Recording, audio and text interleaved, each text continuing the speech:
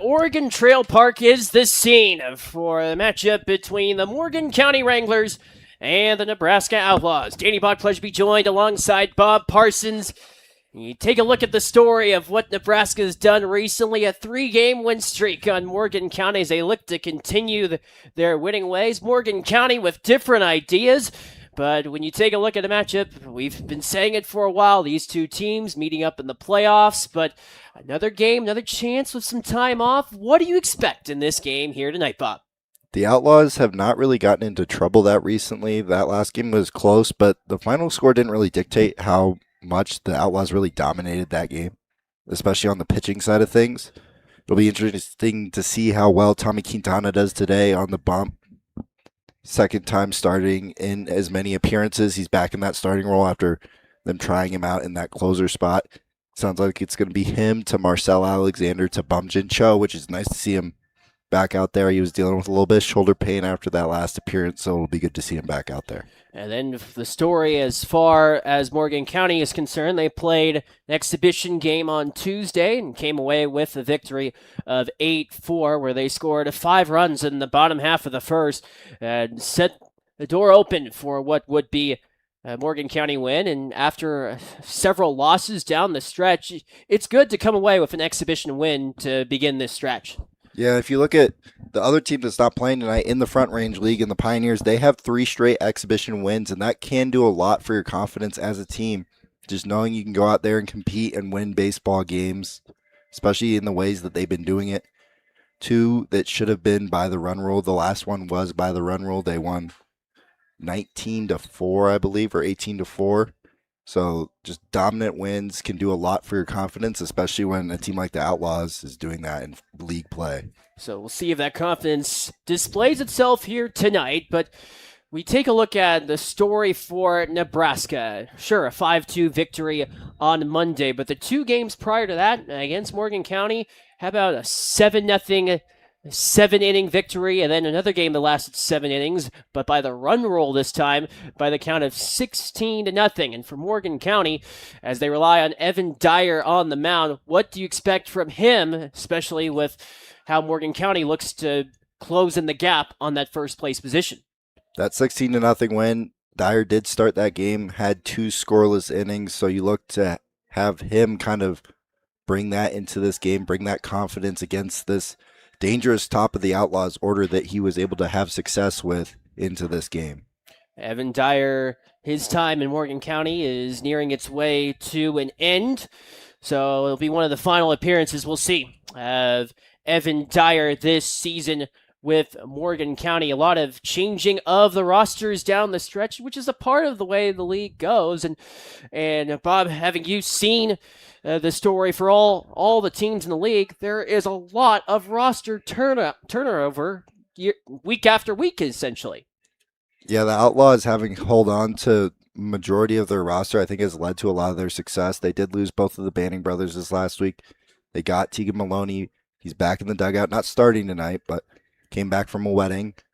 So it should be interesting to see if that hot bat can get back in the order. He's also a great defender as well. So we'll see what he can do if he's going to be coming off the bench tonight. A lot to see. And then, of course, story, you have the game today and then the game tomorrow on July the 3rd. So one final tune-up before the 4th of July for the Nebraska Outlaws before they play on that 4th. And for Morgan County, one last road trip before they make their way home for the America 250 game on July the 3rd. We'll take a break, and at the other end, we'll have opening pitch between both Morgan County and Nebraska right here on the Front Range League Network.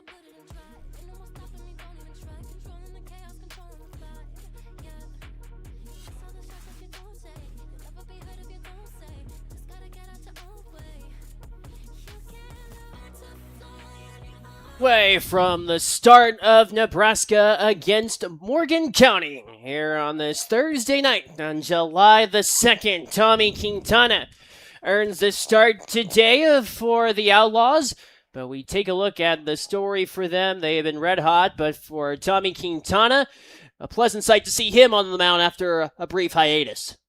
Yeah, he started that game against the Pioneers in which that game really could have gone either way. Just a little bit of a couple tough calls not going the Outlaws' way caused that big inning and that grand slam by Jordan Fitzpatrick. Otherwise, he probably gets out of that inning and that game, not allowing too many runs. Instead, it kind of turns into a clanker of a start. But I really like what I saw from him in there, and he was able to fight throughout the start. So we'll see if he can respond here. Quintana with a record of 2-2 on the season in this, his fifth start of the season. But on the other side for Morgan County, get to see Tyreek Reese. Tyreek Reese for the first time in Morgan County uniform, coming from the California region, just like many of these players do. And for the story with Reese, he is filled with optimism after having some brief time off with dealing with injury and him playing at Kalinga College. Just like the assistant coach for that team in Kalinga and head manager in TC Fairfield for Morgan County does. So in some regards, it's a way for Reese to have more reps, and that is what the Front Range League is all about. As we are set to go, as Tommy Quintana steps in for the first offering of the night here on this mainly cloudy day here in Gering, Nebraska, and the first pitch leads to ball one. And you look at how teams change from time to time with players. What goes on as Reese takes ball two quickly on Tommy Quintana? What is important when you're first going to a roster and trying to gel it? It's really important to just try and be yourself as best as possible and not try and make it all about yourself. Try and make it about the guys. Ground a ball from Reese, a slow roller that somehow gets past Leslie, and aboard is Tyreek Reese with an opening single.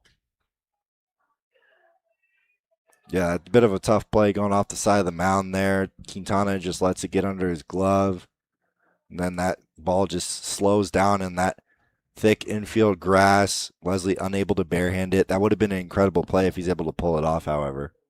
Tough play, especially when you're on the run to make a throw for first.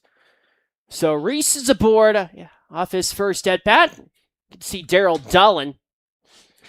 And for him, not a vocal leader, but one that sets an example by the way he plays. And for any fabric of a roster, as this is lifted in the air deep by Dolan out into right, and this ball is off the wall, with Reese heading to third, and a stand-up double for Daryl Dolan.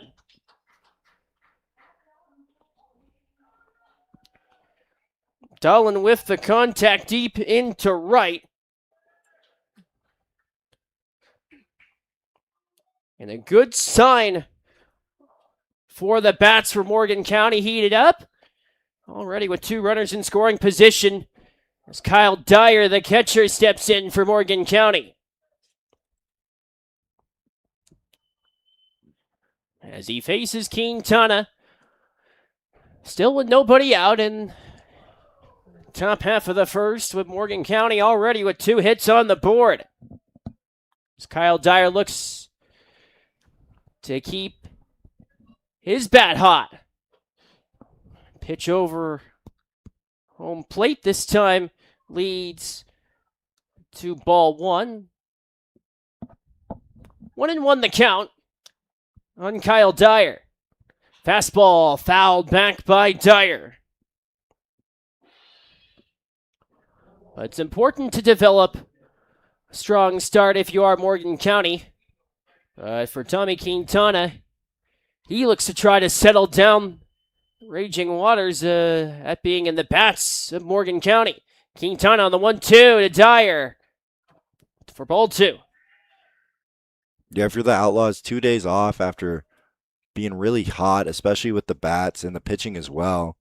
Just an all around great performance by the Outlaws over this past week or so. And then they get the 2 off days. How tough is it to go from playing consistently as the count runs full on Kyle Dyer to all of a sudden you're back into playing mode and you're going up against a Morgan County team that has been playing quite a few games consecutively as Dyer loads up the bases on a walk. Brings on Noah Dupaya. What are you telling Tommy Quintana if you are a catcher?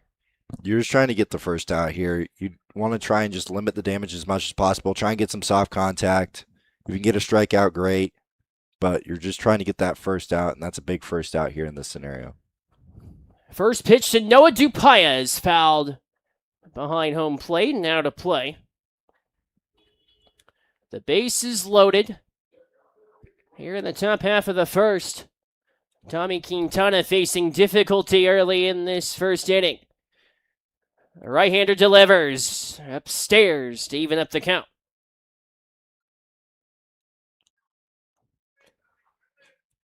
Going up against a hitter to the caliber of Noah Dupaya brings into many questions of what pitch will you decide to deliver. The 1-1. Up high for ball 2. But how would you attack Noah Dupaya? You just have to be reading swings. If he's really reading that fastball or the off speed, you just want to try and see his timing. You want to locate as well. You're trying to get some soft contact here, try and get a double play. Dupaya takes strike 2.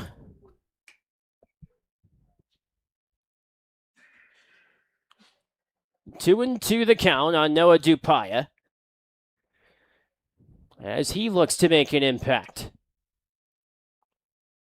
Swing and a miss and a strikeout of Noah Dupaya, and that is first out that you're looking for if you are Nebraska. Yeah, and then that puts you in a position where you really just need a ground ball double play right here, which Tommy Quintana is really good at getting hitters off balance, getting them to put bad swings on pitches, making it so that you can get that ground ball double play or you can get those strikeouts like you just did. So it is Quintana with the first one as he faces Nick Griffin. Bases remain loaded with 1 out. First pitch leads to ball 1. Griffin, who homered in the exhibition game. At first, he believed when he popped up that deep shot into right that he had flown out. This is down for a hit. Reese comes in to score on a single. Thanks to Nick Griffin. And it's a 1-0 lead for Morgan County.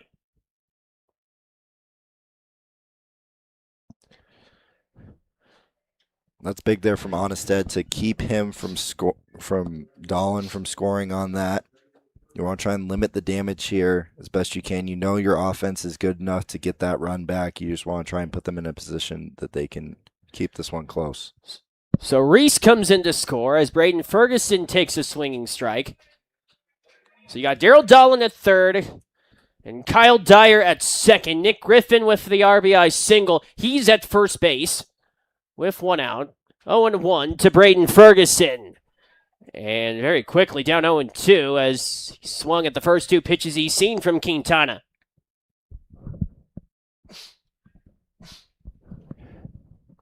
Should be interesting to see what Quintana is able to do here up in the count. Popped up out of play.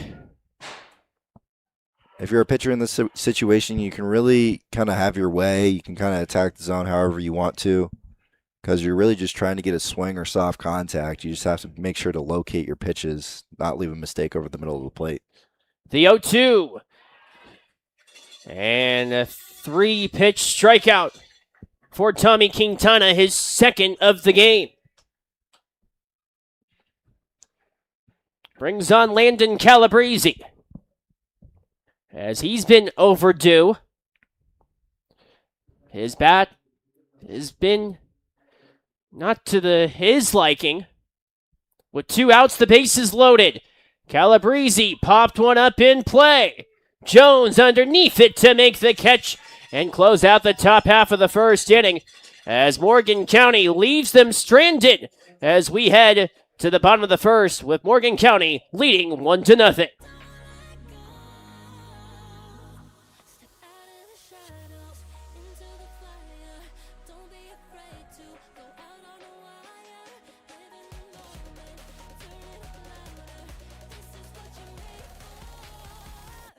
Just gotta be fearless.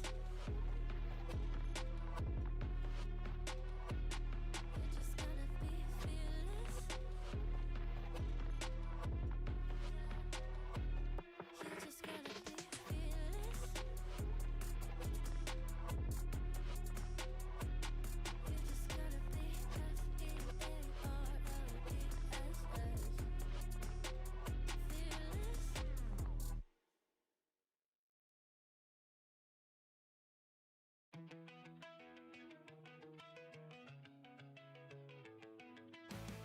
I did it all, I played pretend, I moved the mountains to be your friend. I wanna know if it mattered.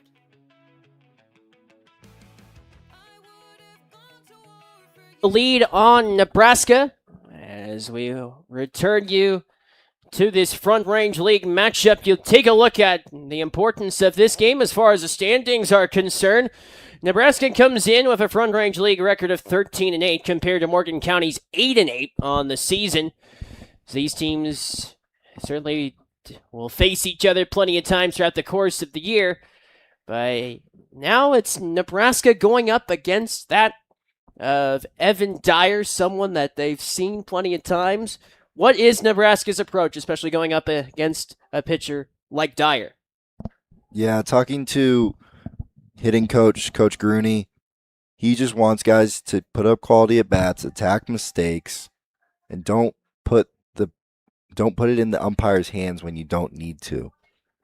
You don't want to get down 0-2 and then get called out on something that you don't think is a strike. You want to try and attack mistakes and put up quality at bats. And when putting up quality at bats, that's how you end up with a score like 16-0. You put up all these runs. It's because the whole lineup is putting up quality at bats. They're really doing the work for you. And the one part about Nebraska, as far as defense is concerned, they are awfully fortunate to only be down 1 run. Yeah, obviously Quintana is able to get that soft contact. Seth Onstead making a great throw out in left field to keep that second run from scoring. And then you have this top of the order that's done damage. You got Lee Jones back in there. He's got good pop in that bat. And Barrios got 19 RBIs on the year. Basie, we know what he can do, above a 600 on base percentage. And Leslie's been swinging the hottest bat in this entire lineup. Leslie has been hot on the year. Braden Basie fouls back the first pitch that he sees.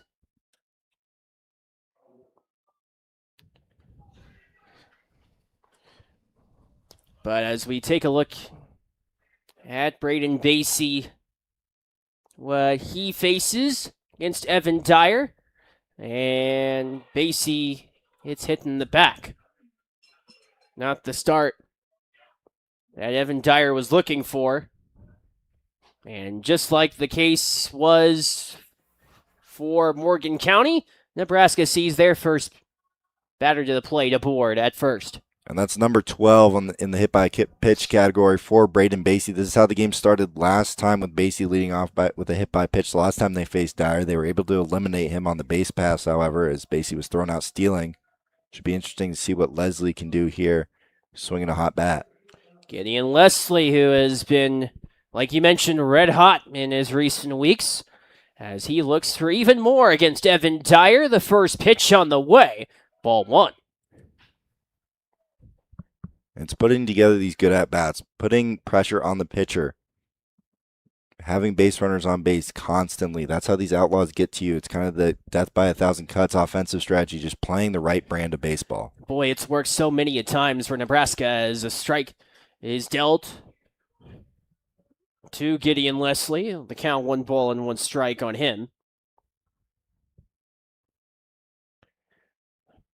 But it's nothing like how there's quite the journey throughout the season. Pickoff attempt on that of Braden Basie. As Evan Dyer playing in one of his final games as a Morgan County Wrangler. Here's the 1-1 to Gideon Leslie. Runner goes, fouled back. I'm not sure if that was a planned hit and run, but if Leslie's able to shoot that through that right side of the infield, second baseman Reese is pulling over to that bag to try and field the tag from Basie stealing second base. And if he's able to poke that through, Basie's got first to third pretty easily. And Tyree Reese, again, his first game in a Wranglers uniform. Here's the 1-2, trapped in the dirt by Evan Dyer's brother Kyle, the catcher, as the count evens to 2-2. Boy, it's got to be special when you play collectively with your brother and then now you're playing summer ball on the same team. Always special to make it a family affair. So here's the 2-2 pitch from Evan Dyer. Deep in the air to right. Dolan backs up and makes the catch against the wall as Basie returns to first base off a good throw from Daryl Dolan off the flyout. I really like that approach from Gideon Leslie, trying to push that ball to the opposite field as a right-handed hitter, trying to move Basie over any way he can, just even if it's a productive out, trying to make it a productive out. Unfortunately, he hit that one a little too much in the air, but if he's able to get that down for a hit, Basie's likely going first to third. How about the angle that Dolan caught the ball, too, where he was backing up, extending his arm out to make the catch. Here's Lee Jones. He takes the first offering. Evan Dyer inside for ball one. Lee Jones coming back from that hand injury. Has been in the lineup for a bit, so it'll be interesting to see what he can put together here. With one out, Basie the leadoff runner at first. Dyer delivers, runner goes, throw to second, gets away. Basie looking for third, and he's safely there. Off the stolen base and the error to follow. If you're Kyle Dyer, there's not much you can do there. Made a perfect one hop over there to second base. The throw beat him, just clanking off that glove of the shortstop Brumbaugh.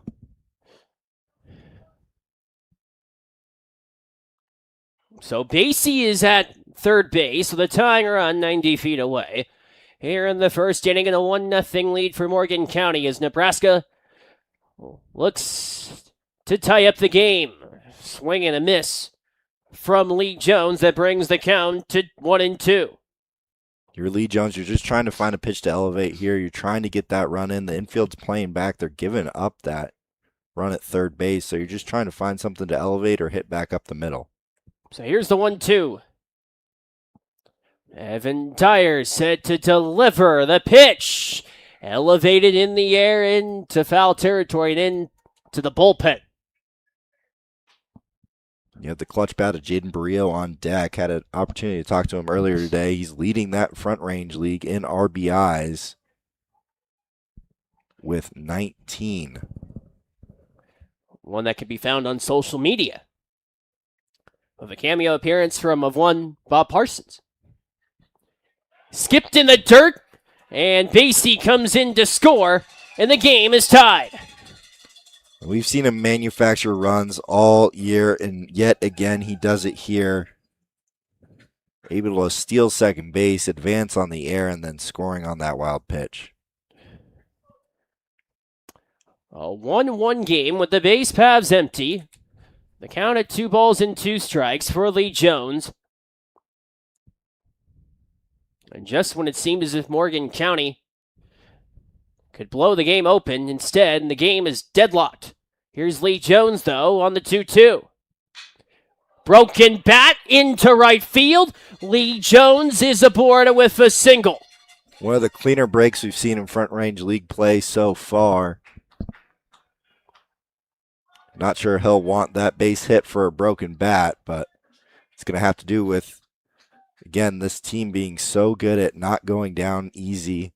They're so good with 2 outs. They're so good responding to other teams, and that's how you end up with 6 in a row, and that's how you end up being up a decent margin in Front Range League play right now. They have put up some crooked numbers in recent weeks, that being in Nebraska. So here is Jaden Barrio. Takes the first pitch near the chest for ball one. Barrio highlighted on Nebraska Outlaws social media page. What was that interview like? It was a lot of fun. Jaden's a nice guy, super chill. Both of us are West Coast guys. Enjoy just hanging out with the guys. So he's a fun time. Loves his Monster Energy. Only blue though, not white. Made sure to make note of that. So Blue Monster Energy drinks. Noted. The 1-1 on the ground and through for a hit. Lee Jones heads to second base off the single from Jaden Barrio. and he's swinging a hot bat right now. He played really well in that 5-2 victory over the Wranglers. Had an RBI for himself, had a stolen base as well. Just keep swinging that hot bat. And Kingston Lee looks to keep the hot bats in play for Nebraska.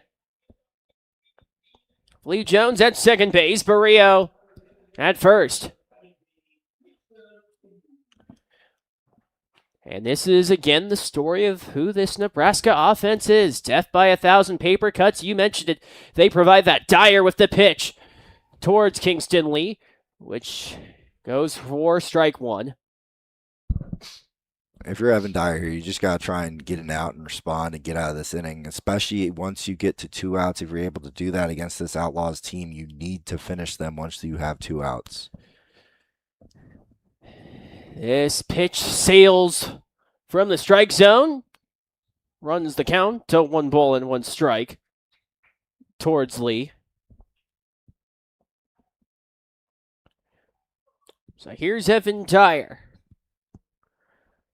Takes a glance to Jones.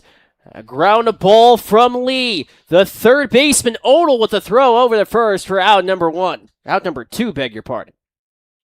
And again, those productive outs. Kingston Lee didn't necessarily get the barrel he wanted to on that, but he's able to move both runners over there. Continue this inning, give Seth Onnested a chance to knock these 2 runs in with 2 outs. With Lee Jones at third base, Jaden Barrio over at second. Again with 2 outs. Place that Nebraska has proven to be very comfortable with. Seth Onnested steps up to face Evan Dyer as he looks to deliver. Dyer's delivery. Onnested takes a swing and comes up empty. Onnested, one of these many Coalinga athletes between these 2 teams. He's been good at getting RBIs this year for the Outlaws.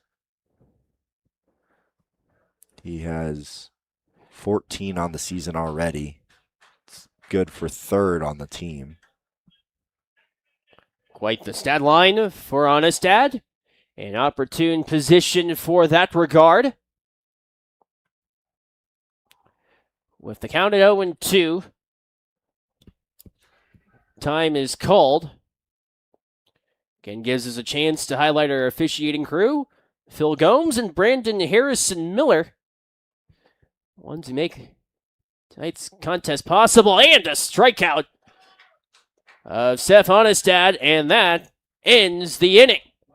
In the bottom half of the first, 1 run is scored by Nebraska off 2 hits and a 1 error. As you're listening to Front Range League baseball action on the hometown radio, KFTM.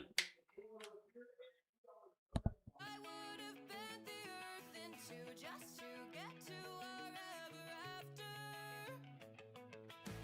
Something about this has changed. I wanna feel you close again. Don't let go. No, I don't want this to end. Whoa. Remember the start when you're breaking my heart again. Like blood on a bed.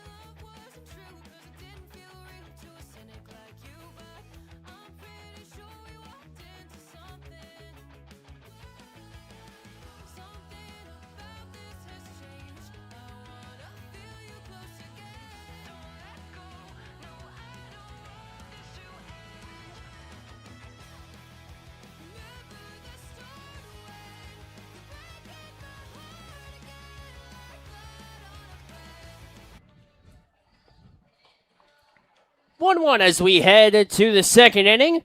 Here from Gering, Nebraska at Oregon Trail Park. Let's pause 10 seconds for station identification here on the Front Range League Network.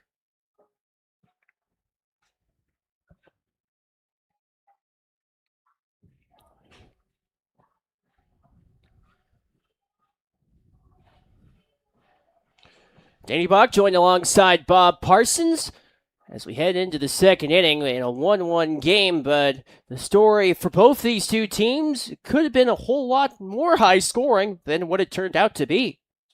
Yeah, Braden Basie able to manufacture that run pretty much all on his own. Then Lee Jones and Barrio having back-to-back singles. They're moved into scoring position, but they're unable to capitalize with 2 outs, which we haven't been able to say much about this Outlaws offense.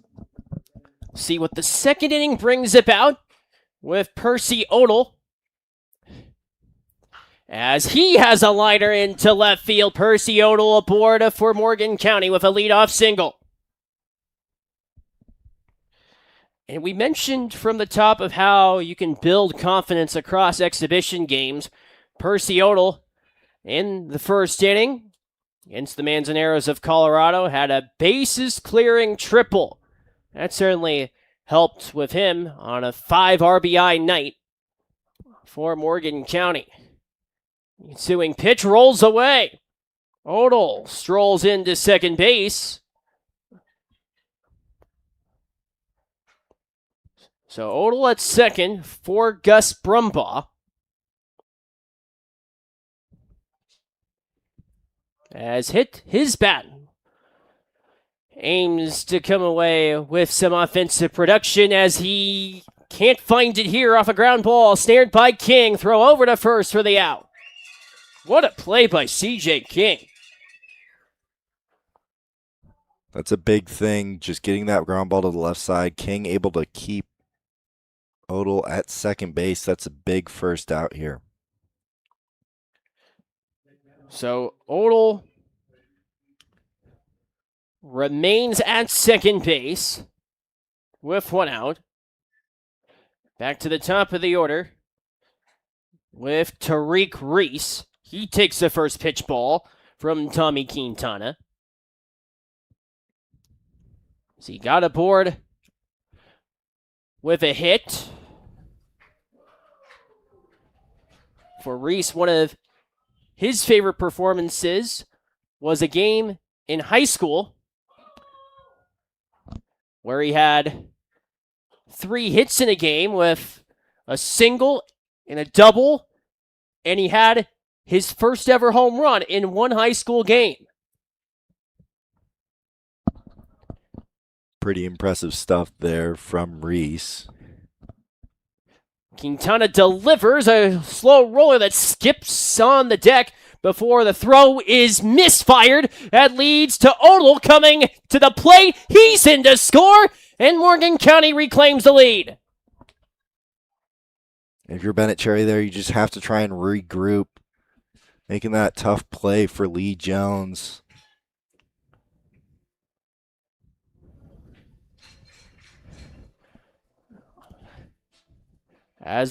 It was a slow roller for Bennett Cherry to grasp on what proved to be a difficult play because of how much kick there was off the contact off the bat of that of Tariq Reese. 0-1 the count on Darryl Dolan. This time he elevates one towards center field. Making the catch is Jaden Barrio for the out. Yeah, and Barrio in that interview earlier today, he said the biggest thing for an outfielder is speed, and you saw it right there, seeing that immediately off the bat, able to charge in on that and make a play. What do they teach you as an outfielder whenever there's a fly ball? What instincts can kick in? The general term is first step back, just because you don't want to be backpedaling on anything, and you want to try and keep everything in front of you as an outfielder, because when it gets behind you, that's when you're in trouble. Barrio, and you're also able to launch off that back foot once you take that first step back. Barrio probably saw that off bat. It was in front of him, so a little less necessary in that instance. Next batter is Kyle Dyer with 2 outs. A runner at first in Tariq Reese. As Quintana readies himself. Here's the 1-0. Wide for ball 2. How often did you play in the outfield? Not often. I tried playing in that scrimmage. Coach James Grunenfelder put me out in center field. That was a mistake on his part. I thought I hammered home to him that I was just a catcher pretty much, except for the occasional corner infield spot, but put me out there, and I cannot read a fly ball to save my life. There's a reason why you're behind the plate. 3 now the count on Kyle Dyer. And an appeal to first and a walk. Kyle Dyer is aboard for Morgan County. Reese heads to second base. Morgan County leading 2-1. Sets up the stage again for Noah Dupaya, who again inherits multiple base runners on board, but this time with 2 outs.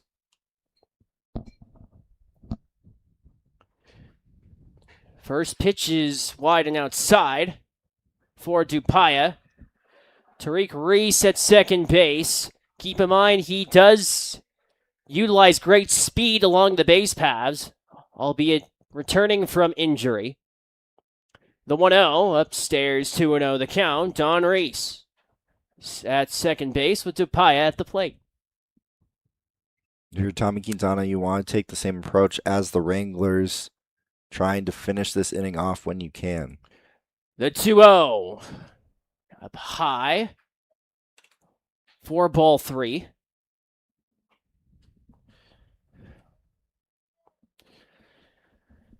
As Dupaya settles in yet again. A 3-0 pitch awaiting for Noah Dupaya. Across the heart of the plate for a strike. Tommy Quintana. This next pitch would be number 40. Through 1 2/3. The 3-1. Popped up by Dupaya. Jones calls everybody off to make the catch, and that retires the side, where it was a run that came in to score for Morgan County. 1 run off of 2 hits, no errors. With that of 2 left on, you're listening to Front Range League baseball action on Hometown Radio, KFTM.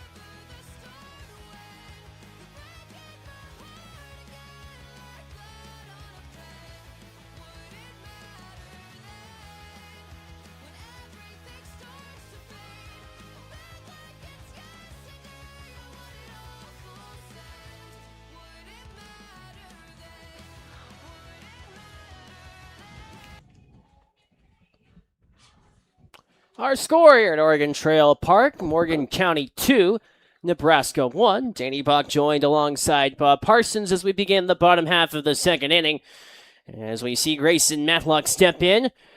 But so far, through 3 half innings of play, we have seen scoring each and every time. We'll see if Nebraska can continue that trend, as we see Matlock batting in the 7 hole for Nebraska, facing Evan Dyer for the first time as he takes a strike. Matlock had a good game over in Fort Morgan back on that Sunday. See if he can continue that good luck into today. Dyer's pitch sails away from his catcher. And being in Kyle Dyer, 1-1 the count. The pitch to Matlock, down for a strike. Matlock, one of the younger guys on this team, especially now that Luke Banning has left. He's a class of 2025 out of Cypress, Texas. Is a switch hitting catcher. And the Cypress, Texas native strikes out. Sets up CJ King. CJ King, another switch hitter here, another Coalinga College athlete. He's out of Clovis, California. So right by Tommy Quintana out of Fresno. How often have you been to Fresno? I have not been there for an extended period of time. I've driven through it a couple of times. I have a lot of family down in California. So I know I've been around Fresno. I haven't spent a significant amount of time there, however. Favorite city in California is where? Gotta be San Diego, California. The 0-1 swing and a miss from CJ King. What is it? The beaches, the vibes, the people. I got a good friend that goes to school down at University of San Diego. So does fellow intern Gabriel Romero. The 0-2 outside from Evan Dyer, 1-2 the count. But San Diego, a great place. You can go to a Padres game also. A lot to do down in San Diego. Skipped in the dirt, 4-2, count even up. Base paths empty and a 2-1 lead for Morgan County. If you're these Outlaws hitters, you're trying to put together good at-bats, trying to turn that lineup card over, trying to be a tough at-bat at the bottom of the order.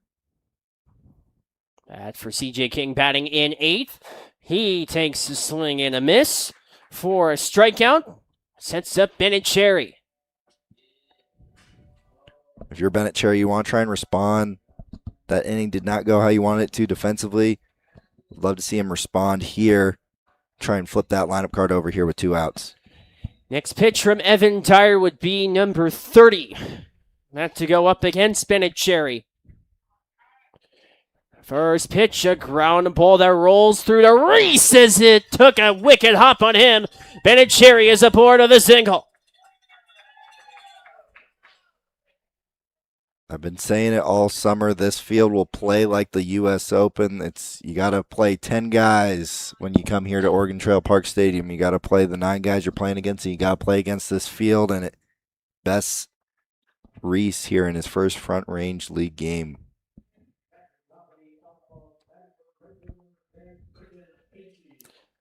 U.S. Open took place not too long ago out in New York. Fouled back on the part of Braden Basie. Boy, was that entertaining on that Sunday.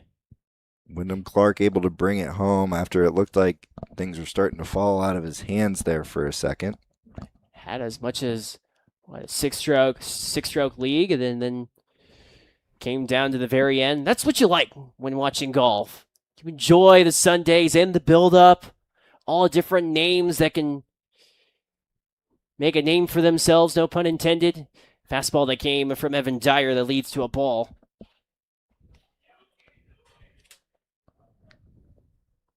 Who is your favorite golfer?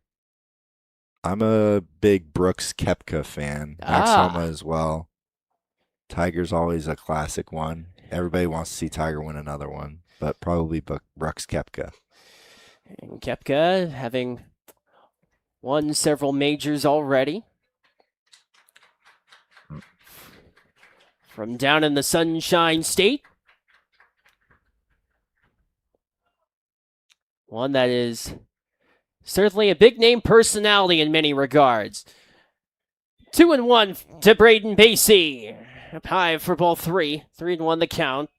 With Bennett Cherry, 9-hole hitter at first base with 2 out.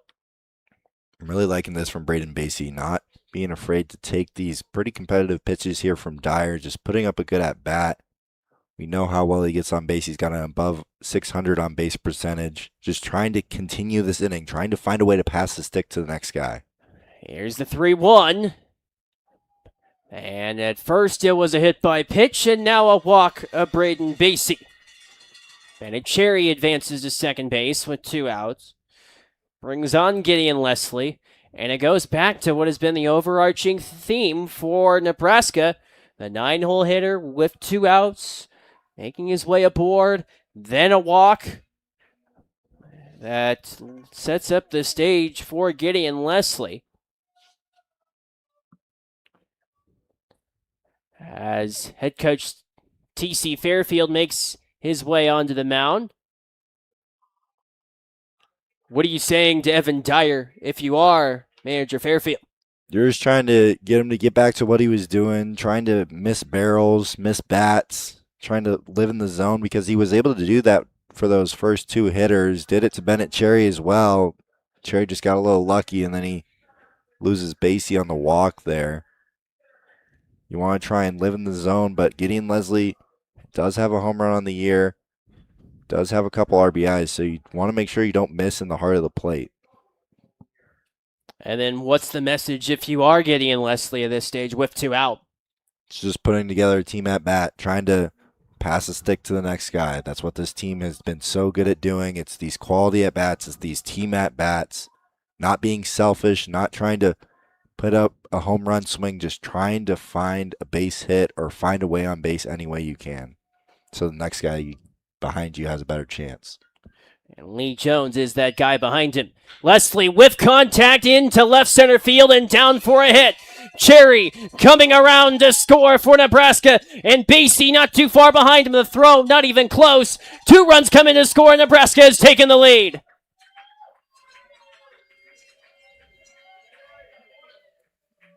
This Outlaws team is a lot like the book If You Give a Mouse a Cookie. They let Bennett Cherry's lucky hit turn into a walk that turned into a double that turned into 2 runs. And that shows how dangerous this Nebraska team proves to be. Gideon Leslie, a 2-run RBI double to give Nebraska a 3-2 lead. So Lee Jones, who recorded a hit in his first at-bat, takes ball 1 from Evan Dyer. Man, it's got to be tough when you look to find a rhythm as a pitcher. Evan Dyer is yet to find it. Fastball leads to a strike on Lee Jones. I think he was in a little bit of a groove until that Bennett Cherry hit. Those back-to-back strikeouts, he was looking pretty good, keeping these Outlaws hitters off balance. But Gideon Leslie did not miss that pitch over the heart of the plate after the walk to Basie. Basie has good wheels on first base, knew he was scoring off the bat on that one. Here's the 1-1 to Lee Jones. Another fastball from Evan Dyer that misses for ball 2.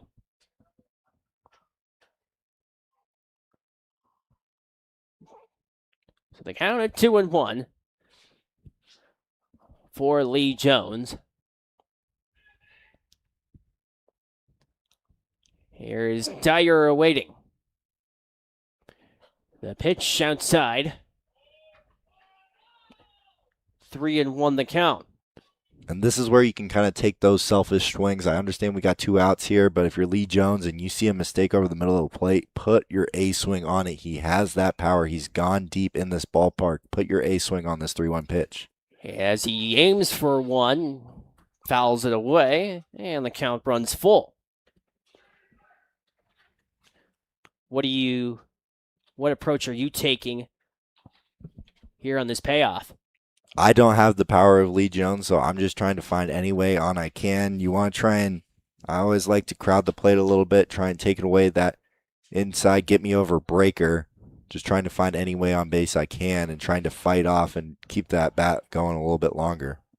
And a walk as Leslie stole third base. Brings runners on the corners with 2 outs. Here's Jaden Barrio as he got aboard with the hit in the first inning.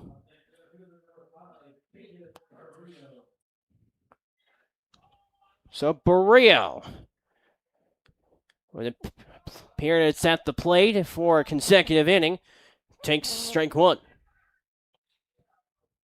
Brio's going to pick his pitch here. Some guys pick pitches that they want to hit. Some guys pick spots. Brio's a guy that's going to pick his pitch, and he's not going to want to miss it when it's there. He takes strike two. Evan Dyer ahead in the count, 0-2. Runners on the corners with 2 outs for Nebraska. Here's the 0-2. A fastball that's tipped fouled. I like the fight out of Barrio. That's good fight. Emergency swing a little bit there, but anything to stay alive and keep this inning alive if you're the Outlaws, who time and time again proved that the inning is not over until you have 3 outs. Old man once said it ain't over till it's over. Here's the 0-2 pitch. Across the heart of the plate. And that leads to a ball.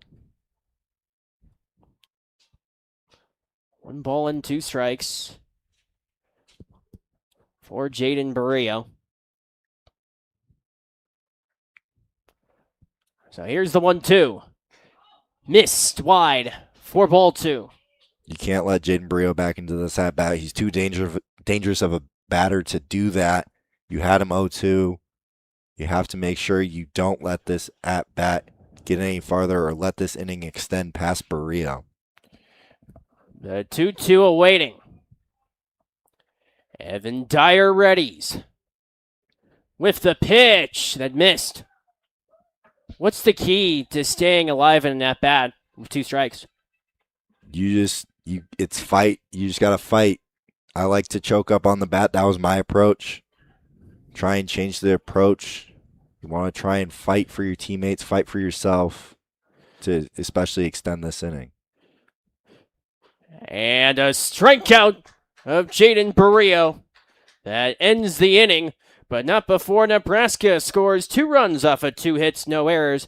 With 2 left on, we go to the 3rd inning with our score, Morgan County 3, Nebraska 2 on Hometown Radio, KFTM.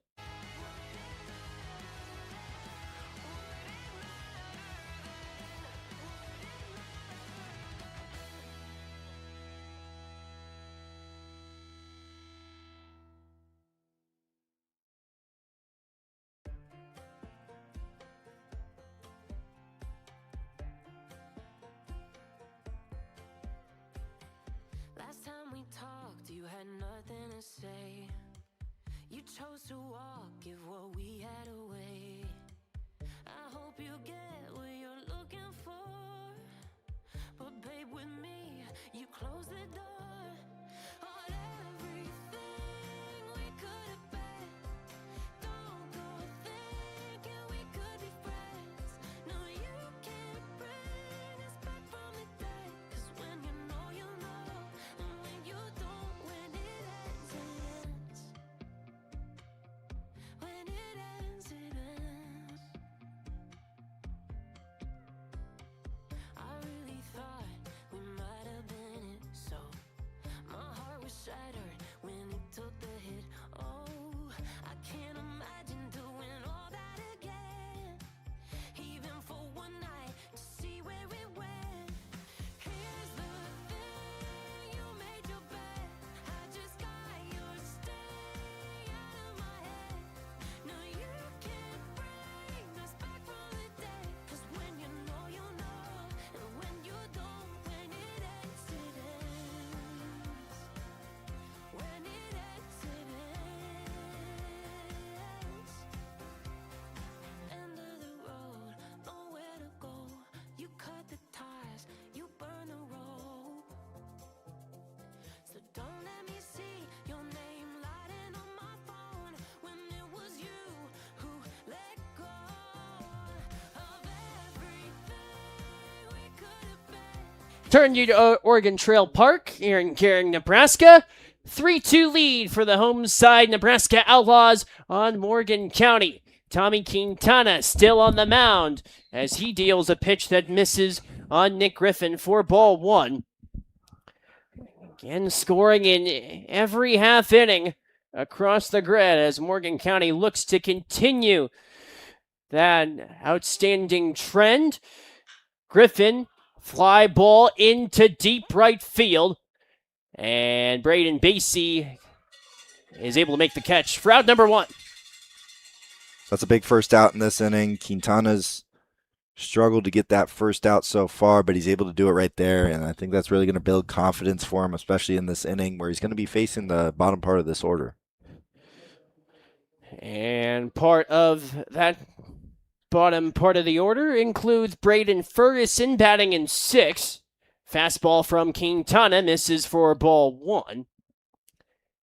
But, Bob, you being a former catcher, how big is having the first out early in the at-bat change things for you as a catcher? That doesn't really change much. It's nice not having to worry about base runners or any of that, especially as a catcher, not because you have to work on the timing with the pitcher. They have to do their checks to first base. There's a lot. The process just becomes more complicated when there's runners on base. Your approach for the hitter at the plate doesn't change that much. Pair of pitches miss. Makes the count 3-0 on Braden Ferguson.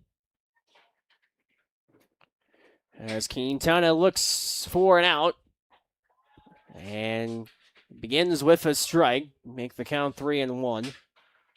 Quintana, good friends with Jaden Chivera on the Morgan County roster. Part of that 16-0 game, elevating the air by Ferguson into center field and making the catch with the speed is that of Jaden Burrell.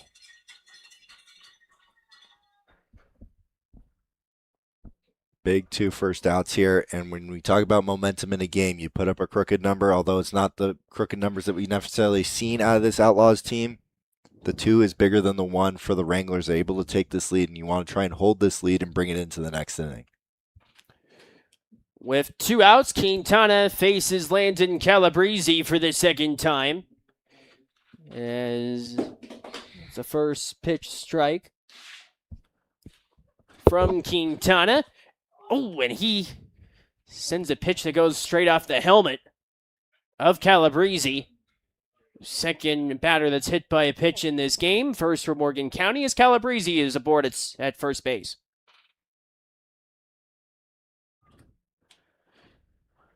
This does come with 2 outs, which brings on Percy Odell. Batting in the 8th spot, had a hit.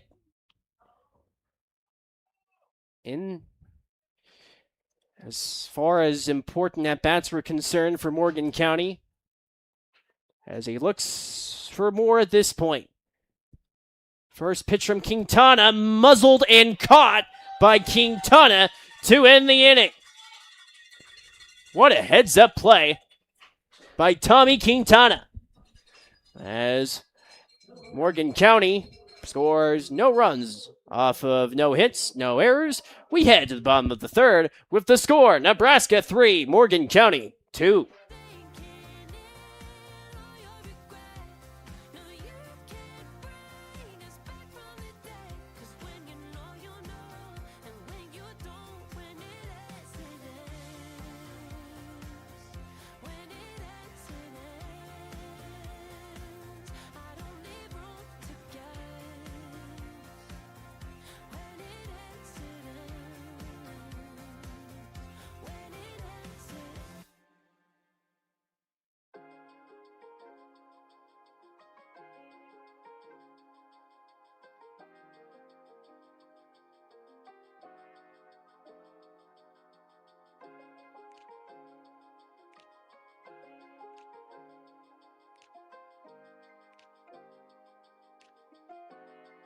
From the first moment I saw you, I knew I had to make you mine. Wanted to know everything about you. I didn't want to waste no time. Was what's something I can do for you, darling? That would make you smile. I'll bring you flowers, girl.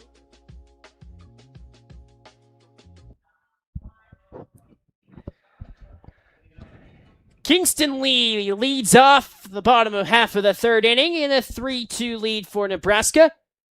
As Evan Dyer remains on the mound, and the first pitch leads to a strike. 0-1 the count on Kingston Lee. But this is the point where Morgan County, their pitching has got to come up big. 0-2 quickly the count, as Kingston Lee takes 2 pitches looking. We talk about momentum, carrying that momentum. If you're the Outlaws here, you want to try and add to your lead. The 0-2 check swing. 1-2 the count. Kingston Lee displayed good optics. Here's the 1-2 pitch awaiting from Evan Dyer to Kingston Lee. With the windup from Dyer. And that misses up high for ball 2. Dyer's going away on Lee. You got to imagine he's probably going to want to come back in here with a fastball possibly. If you're Kingston Lee, you just want to be on time to it, or at least foul it off and fight it off and continue this at bat. Dyer instead veers away from the strike zone and nearly decked Lee as the count runs full. One of the areas that Evan Dyer has looked to enhance pitching in the zone, the more an appearance wears on. Here's the payoff pitch awaiting for Kingston Lee. The 3-2 fouled away off his bat, much to the consternation of Kingston Lee. The pitch was straight off of his bat, which is the most inauspicious foul tip that you could come up with in many regards. So again, we await the payoff. Boy, that's got to be frustrating as a batter when you have intentions of taking a stroll to first. Instead, contact off your bat for a foul. It looked like that hit him on the hand. Umpire called foul off his own eyes. The payoff and a strikeout. Evan Dyer retires Kingston Lee. Seth Onestad steps up. For Onestad batting in the 6th spot. All this with 1 out in a 3-2 lead for Nebraska on Morgan County. So here is Evan Dyer awaiting. With the first pitch on the way. Missed for ball 1. You want to try and grab that momentum and hang on to it. If you're the Outlaws, if you're the Wranglers, you need to put up a 0 here. You need to keep this a 1-run game and hope your offense can come back. The 1-0 to Onestad is fouled back. Evens up the count at 1-1.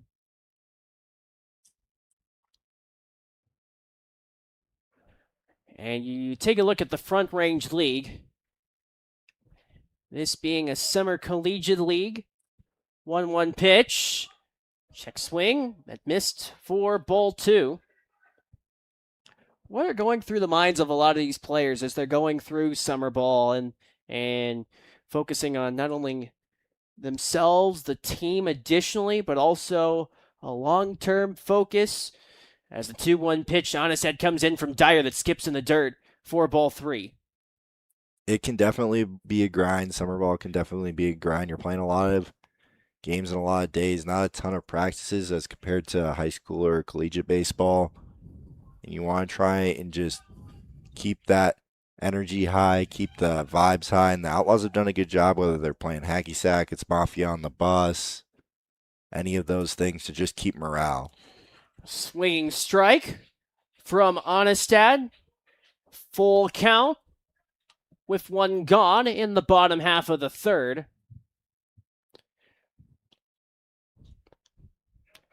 As Dyer faces Onestad with the payoff pitch awaiting.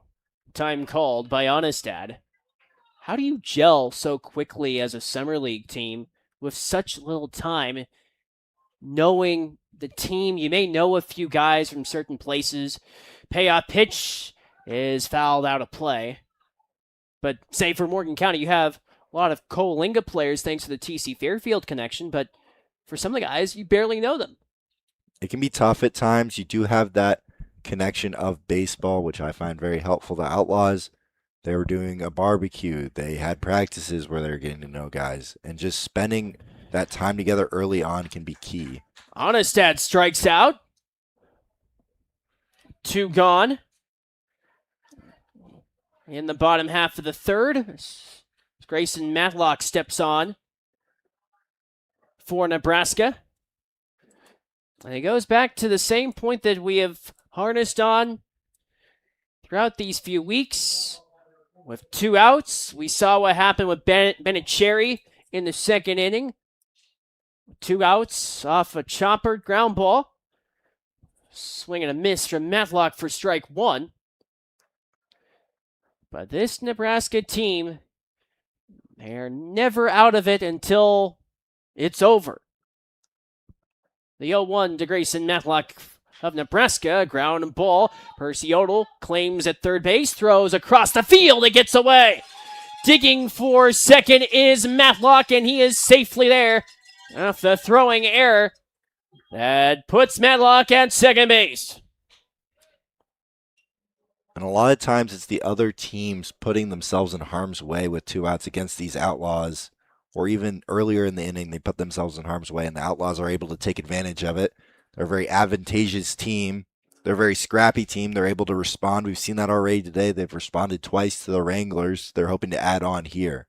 And it's key of how it's the bottom part of the order that has done a lot of the instigating damage. As Evan Dyer looks to escape the inning with 2 outs. Runner on second, and Matlock throw over to second. Matlock returns to the bag in time. Morgan County took advantage of off a base running error with a Manzanares player that forgot where second base was and was tagged out by Gus Brumbaugh. That on Tuesday. Brumbaugh waiting behind at second base, a ground ball from King that rolls fouled.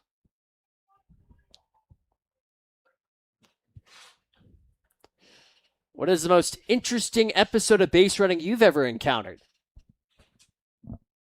I think we've seen a lot so far this summer. I can't think of one instance off the top of my head, but definitely whenever some maybe poor base running goes in your favor, I've definitely had that happen. I like to think that I was a smart base runner, but when you find yourself in trouble and you somehow miraculously get out of it, it is definitely a rewarding but almost a guilty feeling in a way. Call it exactly as planned. I knew all along. Here's the 1-1. It misses from Evan Dyer. 2-1 the count. Because when you get back in the dugout, your coaches aren't necessarily happy with you. Even if you did like score in a situation, you didn't go. It's process over product at times. With the length of a season, especially the collegiate level, that is completely understandable as pitch skips in the dirt on Evan Dyer. 3-1 the count on CJ King with Bennett Cherry. So far, his long extended single was likely the most highest at magnitude plays so far. This time a strike dealt from Evan Dyer. That runs the count full. Payoff pitch with 2 outs. Grayson Matlock at second base in a 3-2 lead for Nebraska in the bottom half of the third as they look for more. Swing and a miss and a strikeout on the part of King. And a scoreless inning for Nebraska off of one error with one left on. You're listening to Front Range League baseball action on Hometown Radio KFTM. Enough to see for miles. Something's changed, baby, this I know. Summer rains turn to winter snow, but I promise you for sure, girl, my love is always yours. Something's changed, baby, this I know. Summer rains turn to winter snow, but I promise you for sure, girl, my love is always yours. I love your style, and I love your grace. Said I love to put a smile on your pretty little face. I love it when you're close to me. That's where I want you to always be.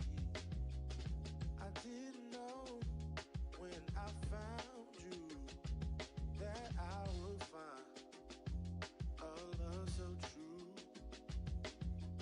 And you can see it in my eyes. That girl, you've got me hypnotized.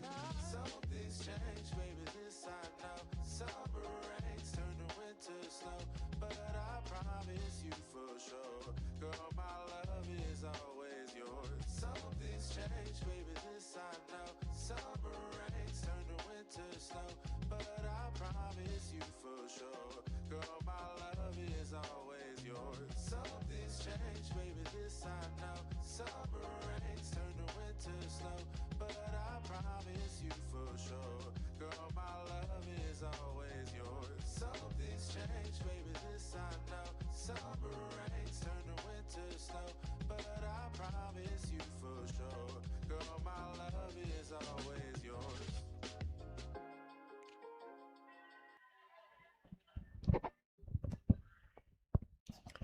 We return you our score here in the fourth inning of play. Nebraska 3, Morgan County 2. Danny Brock joined alongside Bob Parsons. So we see Gus Brumbaugh facing Tommy Quintana as he remains aboard on the mound for that of Nebraska. With already 49 pitches so far. As he sets in, faces Brumbaugh. First pitch misses up high for ball one. The biggest thing for Quintana here is getting this first out here at the bottom of the order in the 9-hole. You got the dangerous bats at the top of the order, some of whom who have taken these Outlaws deep, and you don't want to try and give them a chance to get back into this game by letting the leadoff hitter in the 9-hole get on base. Something that Morgan County has not done efficiently in some regards. But certainly room to change in that standpoint. Morgan County looks to throw the inverse with Gus Brumbaugh. 1-1 the count. Quintana delivers. And that wide to the right. 2-1 the count. With the 2-1 pitch awaiting. As the sun begins to descend on us here in Gering, the throw got away. Missing the head of Brumbaugh. 3-1 the count.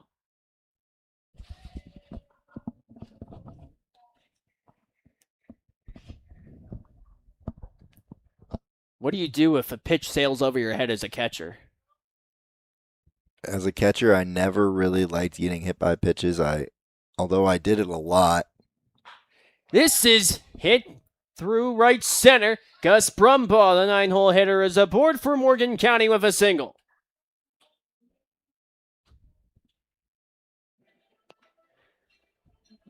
So an ideal spot for Tariq Reese, who steps aboard as he has gotten on base his two previous at-bats. And bat does not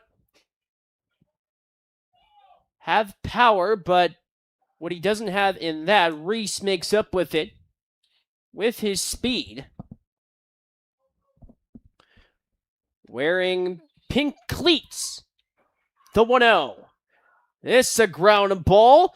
Snared by Cherry. Throw over the first for the out of Tariq Reese. Brumbaugh advances to second base.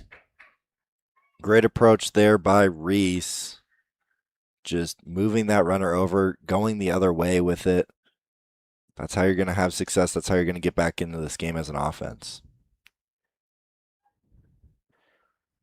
So Brumbaugh heads to second base. Daryl Dolan steps aboard. The pitch to Dolan misses for ball one.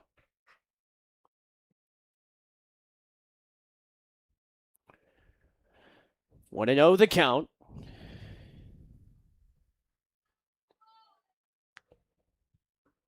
Delivered by Quintana in the air to shallow right field. And making the catch is Braden Basie in right. Brumbaugh stays put at second base. 2 gone for Morgan County. That's a big second out right there. Got the heart of the order up right here, and Quintana has been able to set Reese and Dolan down in order here. See if he can keep the trend going here with Dyer. Kyle Dyer steps in. Walked on his last appearance for Morgan County. With Brumbaugh at second base, and with contact from Kyle Dyer to his body. Another hit by pitch. Supplies Morgan County with a base runner for the second time tonight. Runners at second and first.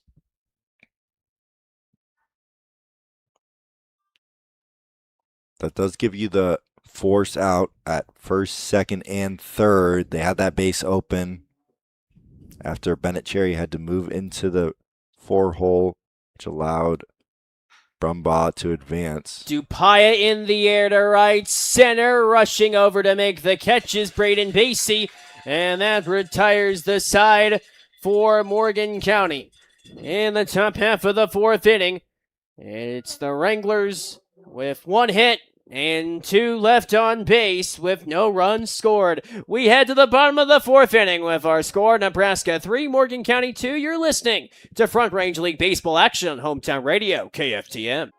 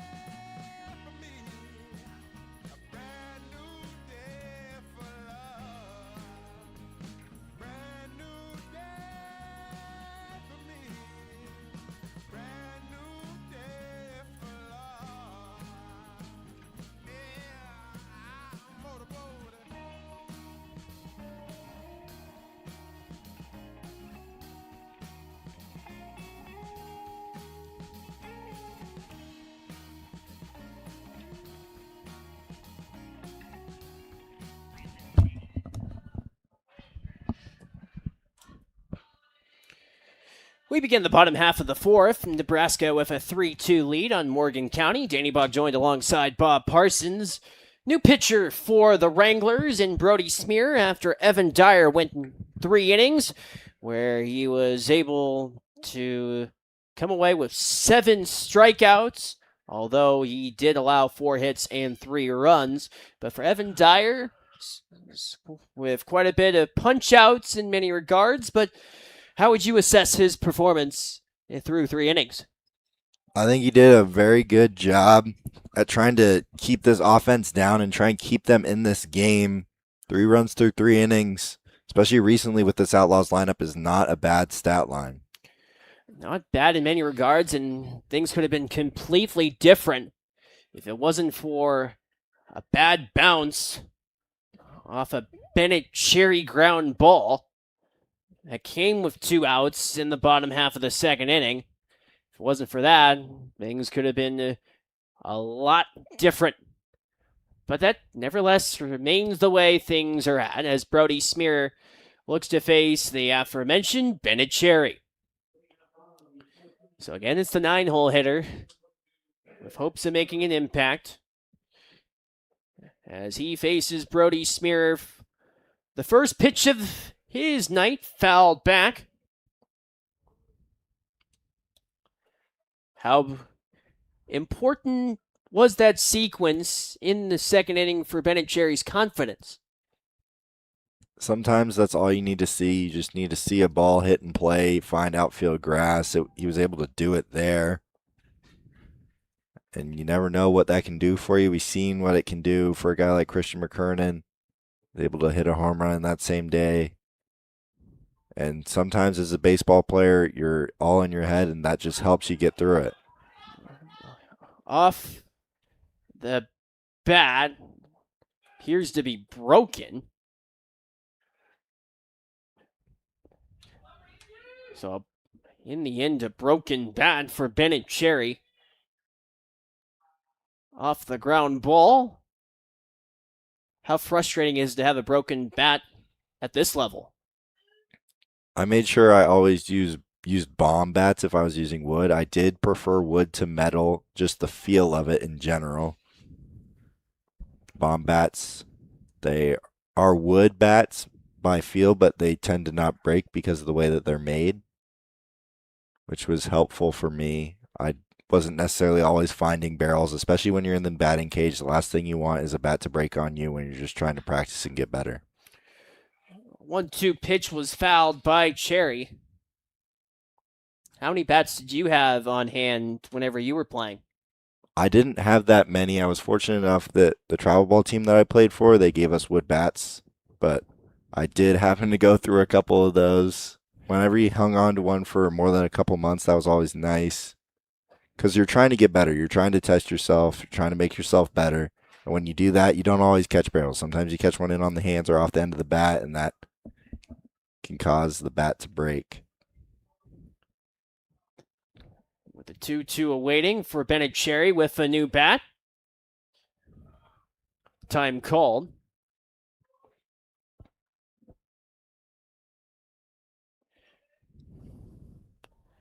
As we await. So again, the 2-2. First batter of the inning, and Bennett Cherry elevates one into center field and down the 4-hit. Bennett Cherry is aboard with a 2-hit night in the 9-hole for Nebraska. And again, just able to muscle that one out there. Didn't get the most barrel on that, but he's able to get that out there and switch that lineup card over with nobody out, which is going to be big for this lineup here. And it's an overarching theme. It does not have to be pretty. Better lucky than good is a common saying in this beautiful game. And in this beautiful game, someone that knows how to play it well is Braden Basie. Throw over to first after the ball dealt by Brody Smear. With Cherry returning safely to first base. Smear is sent to deliver again to Braden Basie. Second offering. in the air to right center field, and this ball is gone. Or at the wall, beg your pardon. Basie striding for third, coming in to score is Cherry. How about a triple for Braden Basie?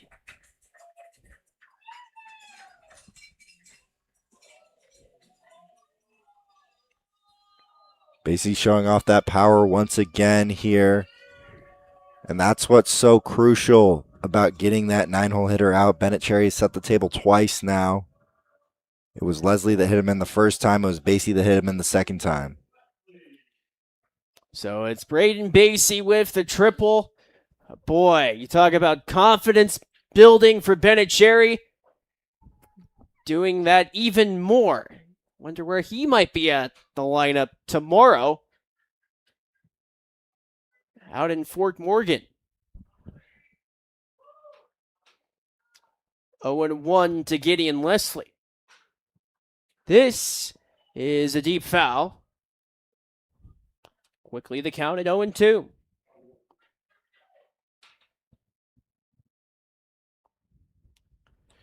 All this with nobody out, with Basie lingering 90 feet away from home plate. Smear said to deliver. And Leslie. The pitch in the dirt in front of Kyle Dyer for ball one. With the Outlaws, with Lee Jones on deck for Nebraska. Cloud coverage beginning to roll in. Smear delivers the pitch off a ground ball. Shortstop in Brumbaugh with the throw over to first. Fielder's choice that leads Basie to come in to score. And Nebraska extends their lead to 5-2.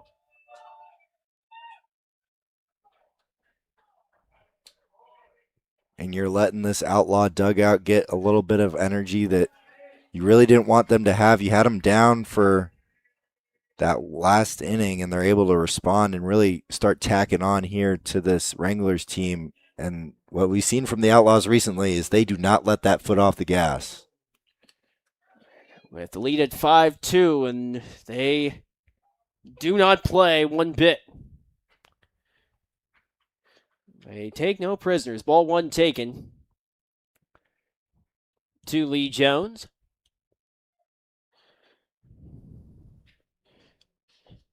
With the base paths empty with one out.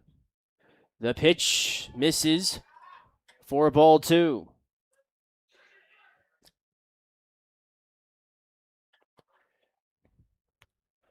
So here's Smear facing Lee Jones, a left-hander. Fouled away.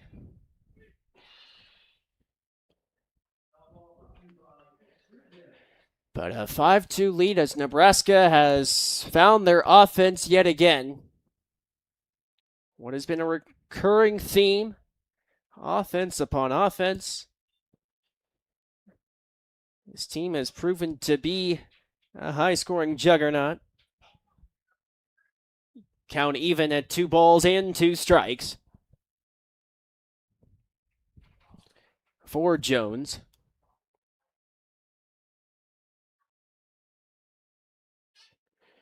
So the 2-2 pitch awaits. Smear set to deliver into the dirt, full count.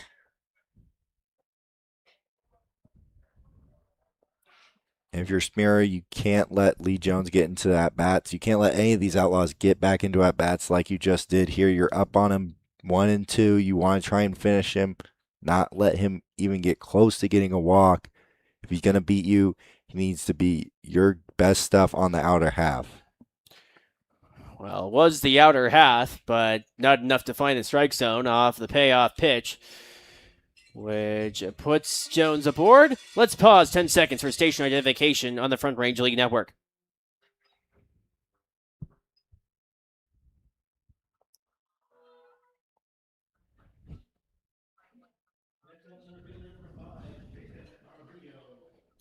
Jaden Perillo steps in Lee Jones at first base with one out. Here in the bottom half of the fourth inning.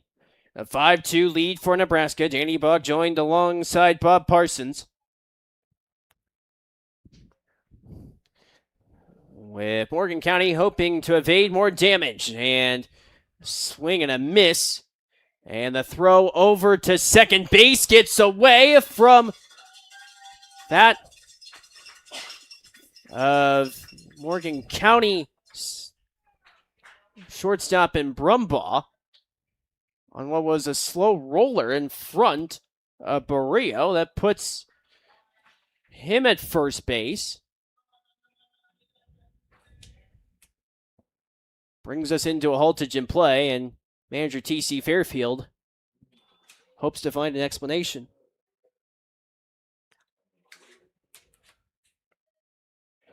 So a haltage in play as Fairfield continues the discussion with Hoshi Yusei,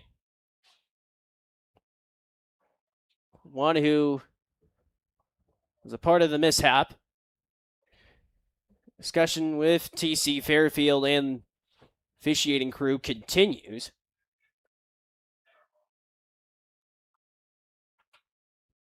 One that has been not afraid to speak his mind, celebrated a birthday on Tuesday, where Ty Ramsey, who was playing his last game as a Wrangler, gave Fairfield Gatorade bath, and the first thing that came in his mind was, it's too cold. Fairfield garners what he can from the explanation from the officiating crew.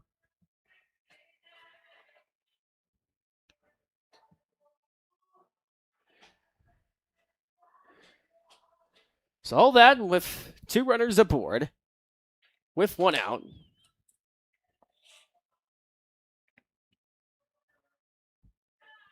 But how does, if you're Nebraska and things are going right, how do you maintain that level of intensity throughout the game?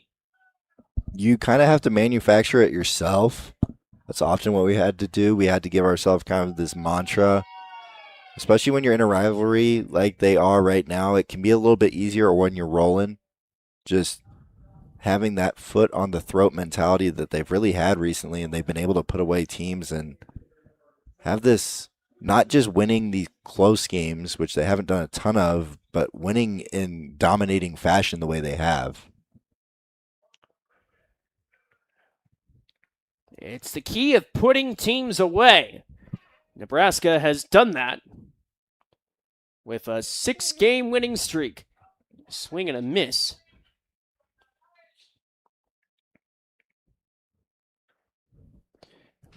And the count 0-1 to Kingston Lee with two runners aboard with one out. Smear aims to limit the damage. Fouled on the part of Lee.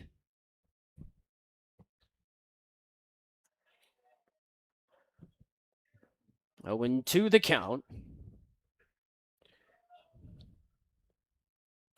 With two runners aboard for Nebraska, and in the bottom half of the fourth inning, in a 5-2 lead for the home side. Smear glances at Jones at second base off a ground ball. Yusei snares, toss to Brumbaugh, who mishandled the toss. Out at second base is Barrio, but Jones is able to head to third, which puts runners on the corners.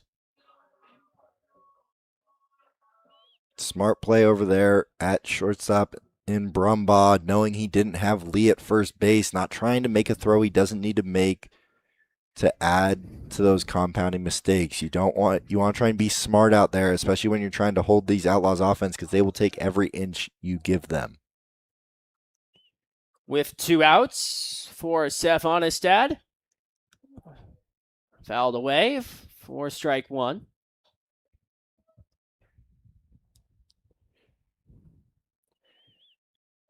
Talk about story with how you go through staying entertained throughout the course of a season. What was one of the quirks that one of your teams had to stay entertained and engaged?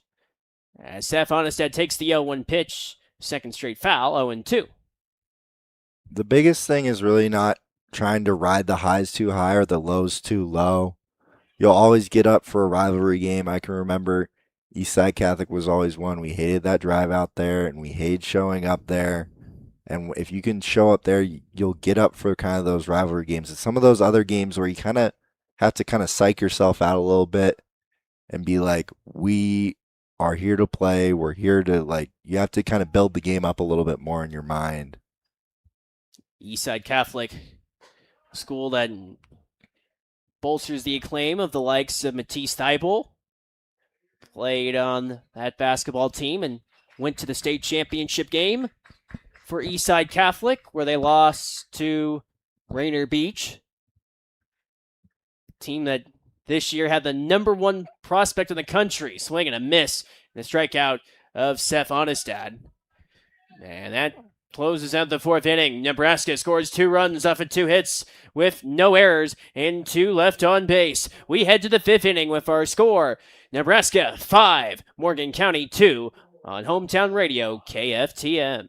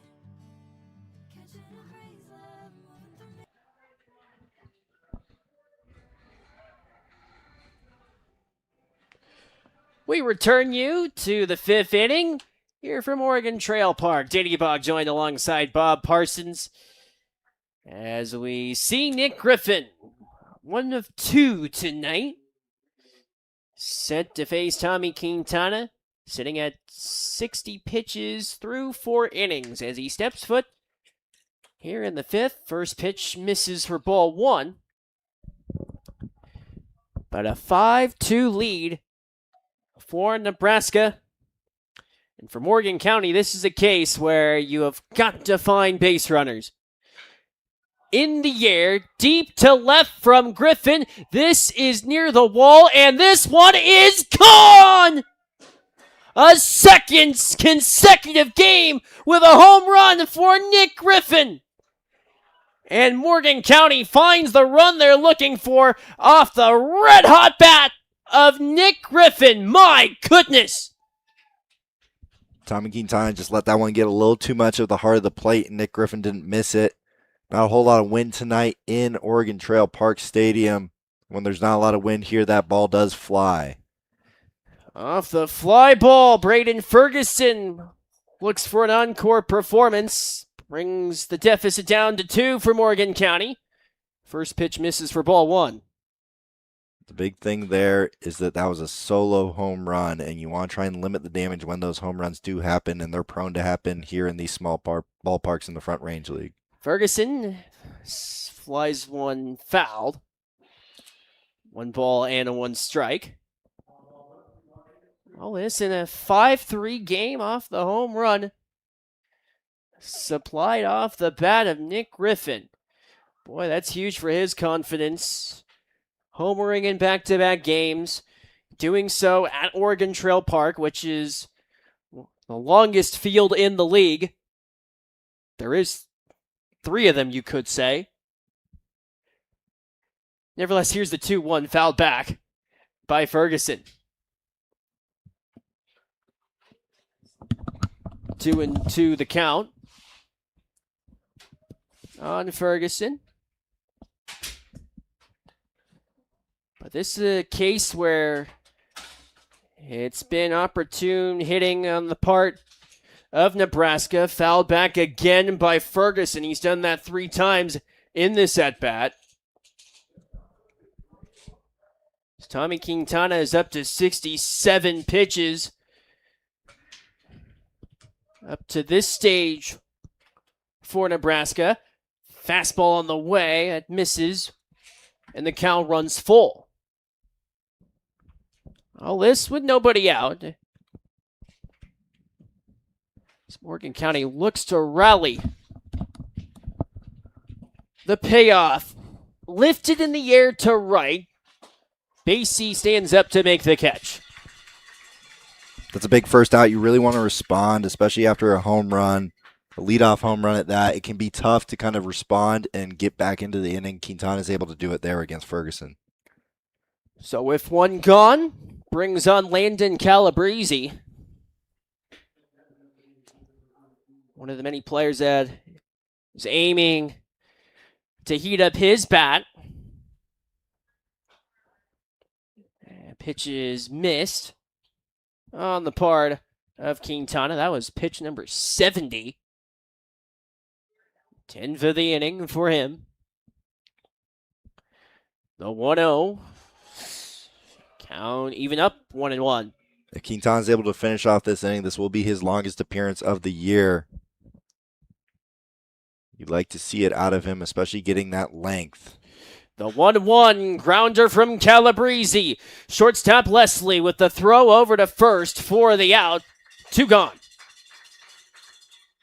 I really like the way that Quintana has worked around this Wranglers offense, especially when his defense hasn't necessarily helped him out at times. One of those runs did score on that air.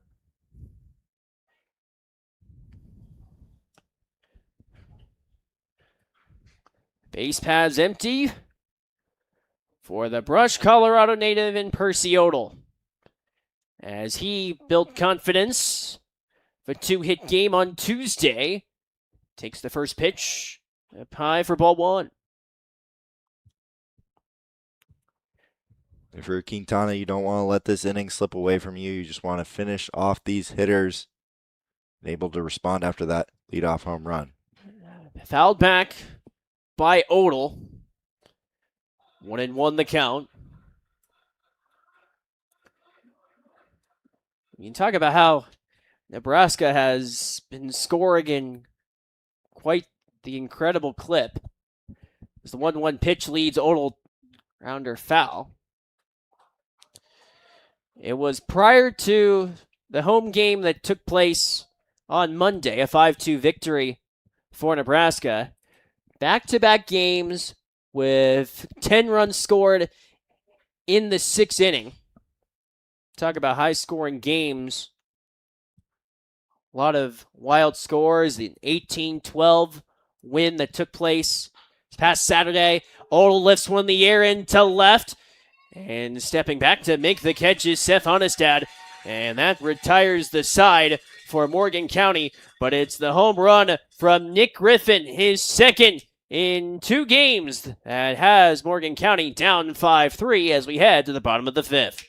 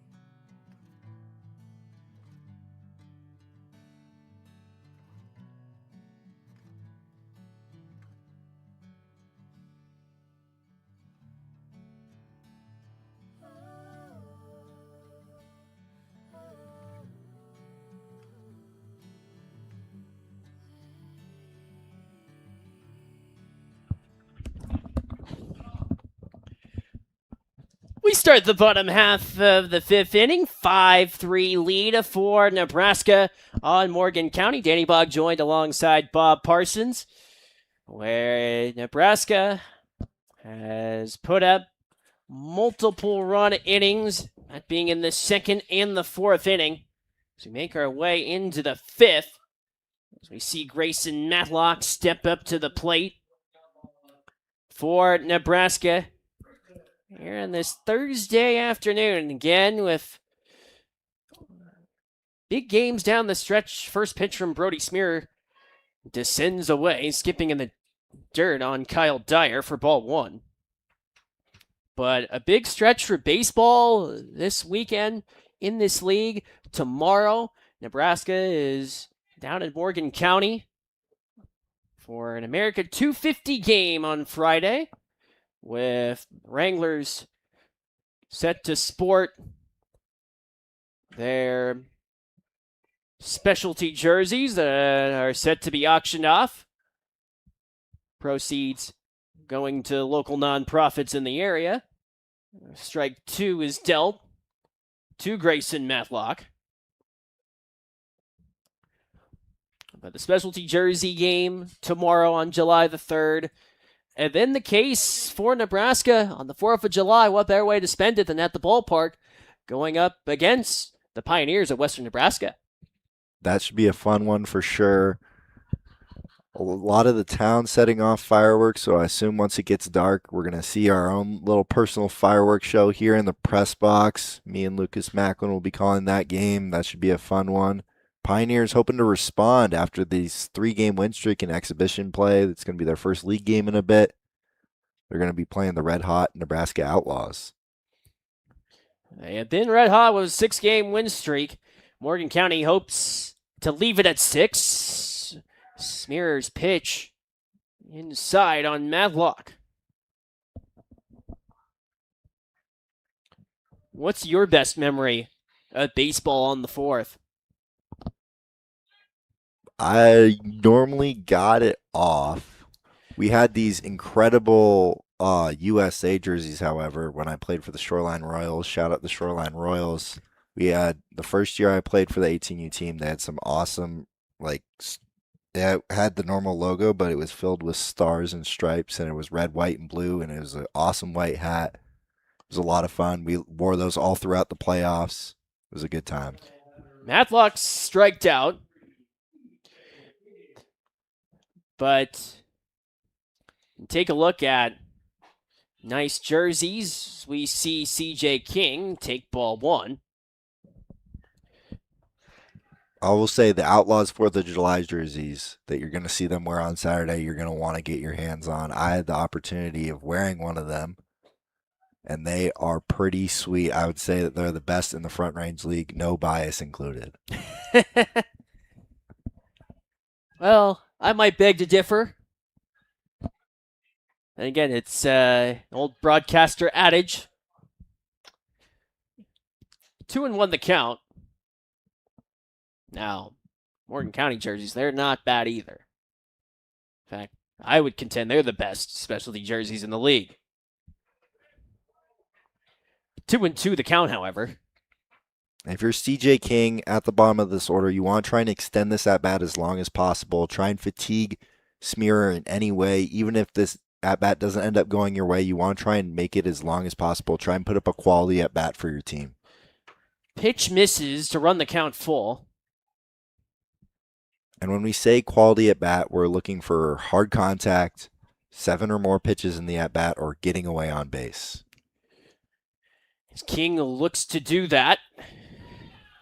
And that a long extended at-bat leads to a walk. And that brings on, many regards, who might be the player of the game, and Bennett Cherry. Should be interesting to see how he does here in his 3rd at-bat, how they attack him. That top of the order has been really good as well. Basie has yet to be retired as well, reaching all 3 times with that RBI triple, manufacturing the run basically on his own in that first inning. It was Basie that stole second base, and then a throwing error put him at 3rd. Check on King, the runner. With 1 out, 5-3 lead for Nebraska on Morgan County. Cherry 2 of 2 tonight. Smear delivers into the dirt, patrolled by the catcher Kyle Dyer. As CJ King remains at first base. 0-1 the count. You can hear the reaction from the Wranglers bench to that Bennett Cherry scoring to bunt there.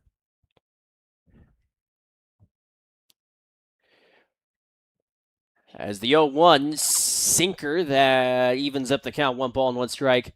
When you saw batter going to bunt as a catcher, what was that like? Your initial reaction needs to always be, once you catch that ball, to throw down to first base. At least that's what I was taught, because oftentimes the runner will go as soon as they square, or they'll be going on the pitch, and sometimes they'll be caught in between. Swing and a miss from Cherry, 1-2 the count.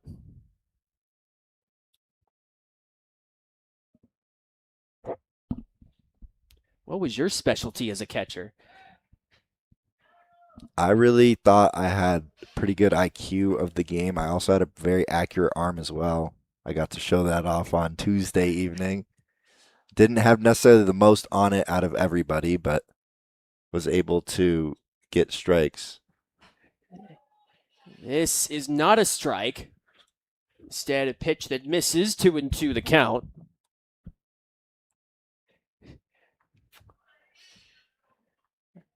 As we see a 2-2 pitch awaiting for Bennett Cherry.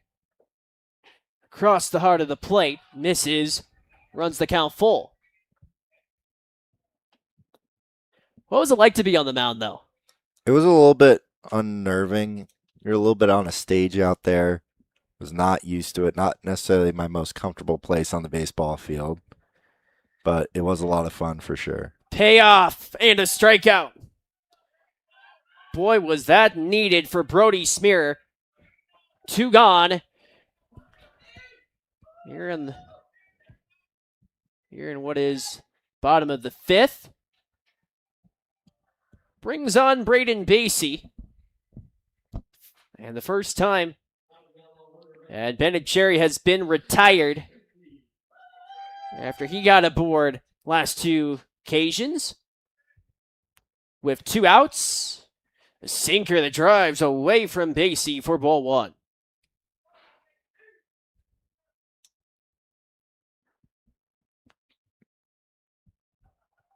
Basie's going to always put up a good team AB, a good quality at bat for these Outlaws. This pitch went off his bat, stung both the umpire. Might have nicked a piece of Kyle Dyer for that matter, too. 1-1 the count. Leads to a mound visit. As the infield heads in. This is going to be a little bit sportsmanship here for the umpire, just trying to give him a little extra time, recover from that foul tip. It's always customary for at least the catcher to go out there, give the umpire a little bit of time. You can also see head coach Zach McCoy going to check on him. Have you ever umpired a game? I've never umpired a game. I don't plan on umpiring a game. It is a thankless job, but I'd be lying if I didn't have a few choice words in the dugout away from the umpire about the umpire. No umpire is safe with Bob Parsons around. Here's the 1-1 waiting for Braden Basie. The pitch from Smear leads to a swing and a miss. With 2 outs, runner at first base is CJ King. So here's the 1-2. And this swing and a miss, but somehow finding contact was Basie. Brody Smear inquiring if that did go off his bat. He thinks otherwise. TC Fairfield aims for Yet another explanation with a smile on his face. And now the umpiring crew makes their delegation. There's nothing that you can change at this point, you would think. So in the end, it's a foul ball. And now another discussion ensues.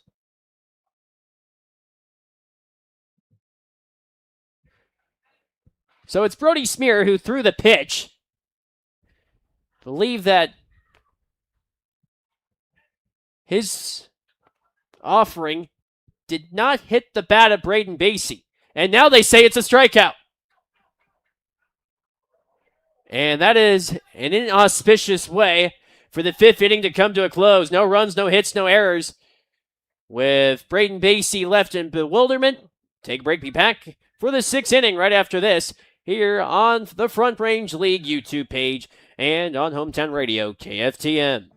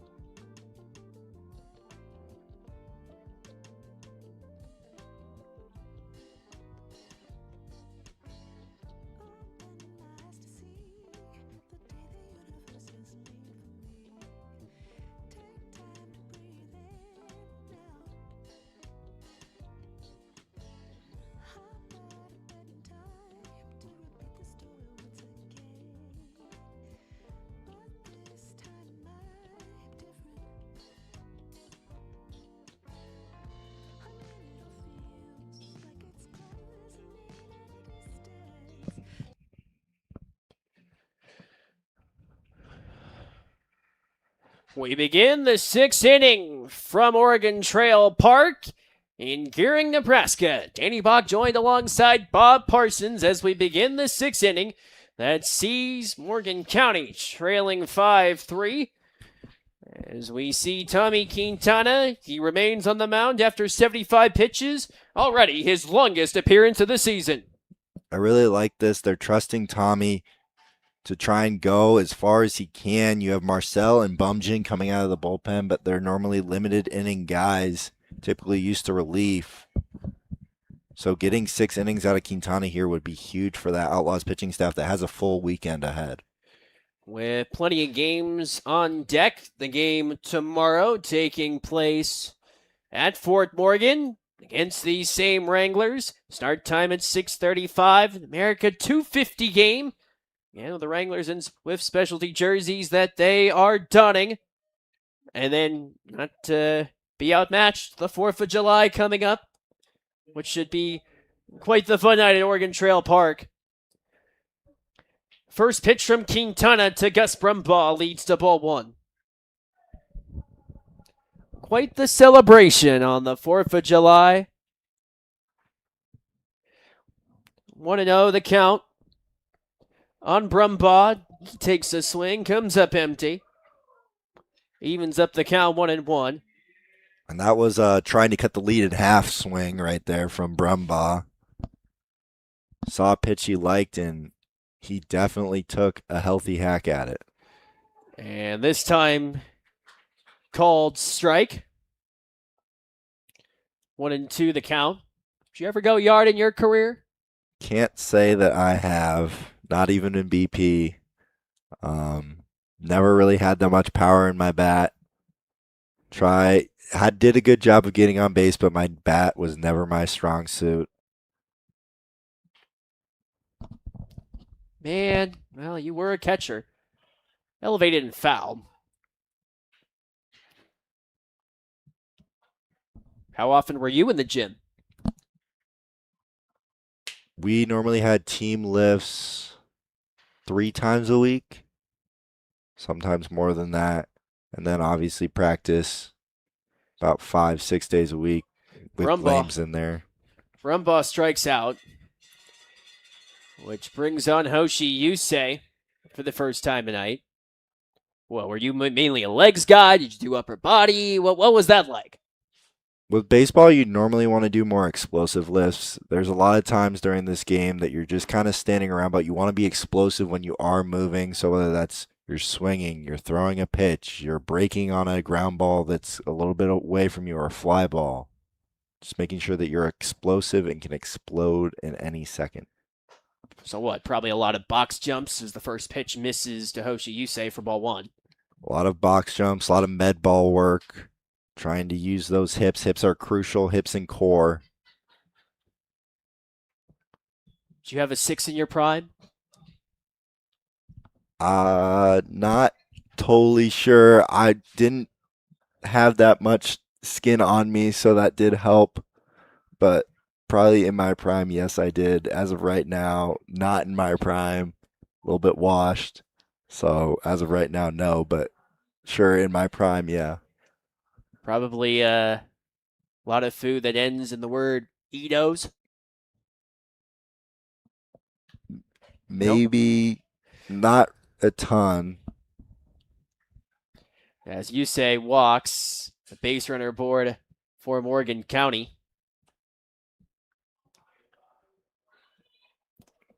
Happy 2nd of July. Fireworks in the background.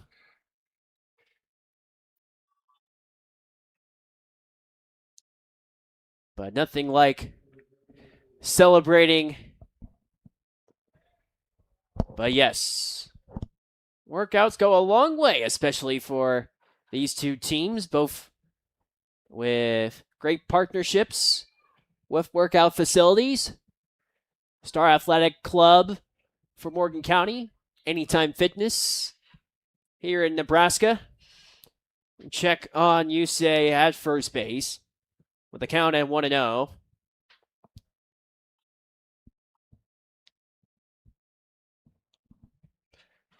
Daryl Dolan, batter for Morgan County.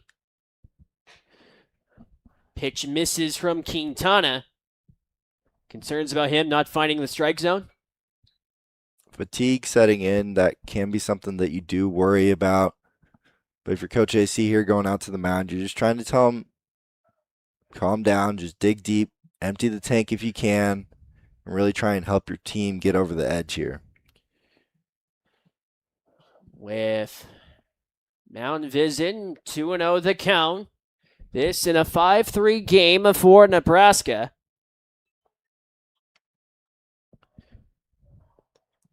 With a lot of these players either from here locally or making their way predominantly from California and the West Coast. Just like you. Just like you as well. West Coast guy coming out of the bullpen today for the Outlaws, and Marcel Alexander, another Pacific Northwest guy, just from Everett, Washington, 30 minutes north of Seattle.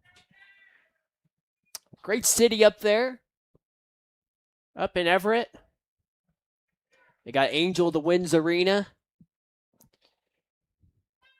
They have, an Arena Football League team. Their Western Hockey League team. Their junior team won the championship this year.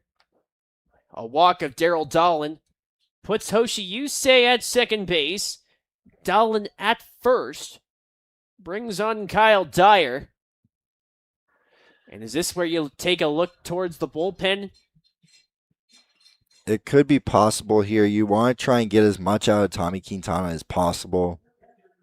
And if you can give Marcel Alexander a clean inning, that would be big. Trying to put your pitchers in the best position to succeed. Double play ball is in effect for Morgan County. The pitch popped up by Dyer. Underneath it is CJ King. He makes the catch for out number 1. Out number 2 of the inning, beg your pardon. And that's about the biggest thing that you can get there if you're Tommy Quintana. Good soft contact. It's going to be a really easy play for your defense.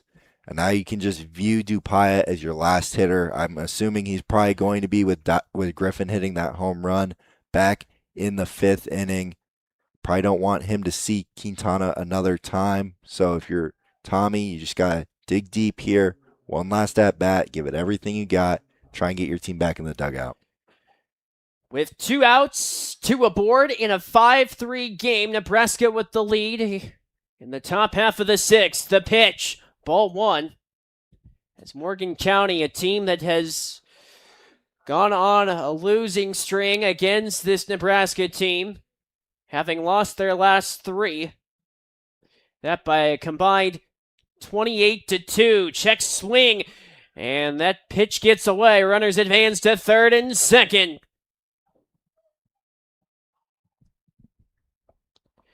And again, the focus is still on Noah Dupaya. If you are Tommy Quintana, for the out of him. But now you have 2 runners in scoring position. The 1-1. Swing and a miss. 1 ball and 2 strikes. And if you're Quintana, it's got to be your best stuff right here. Try and finish off Dupaya and finish off this top half of the 6th inning and hand it over to backhand to your bullpen that has looked good in recent memory. Grounder foul. As we mentioned earlier, Nick Griffin, who homered earlier in the game, that being one of 2 home runs this week, 2 in 3 days. He's on deck as Noah Dupaya's bat, 0 for 3 today, looks to come alive.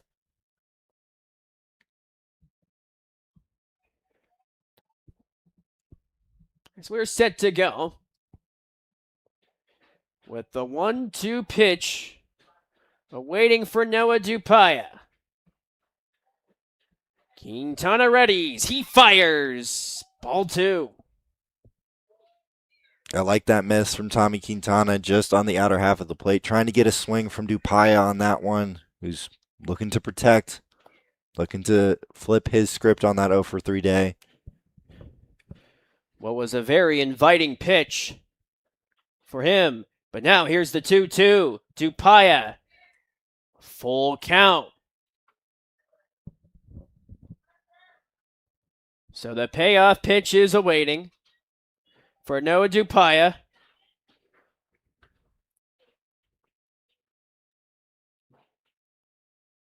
With runners at 3rd and 2nd, and Dupaya is decked. And that loads up the bases. So the bases are loaded. And a call to the bullpen. A break in the action. With the bases full. 5-3 lead for Nebraska as Morgan County looks to mount a rally. Back after this.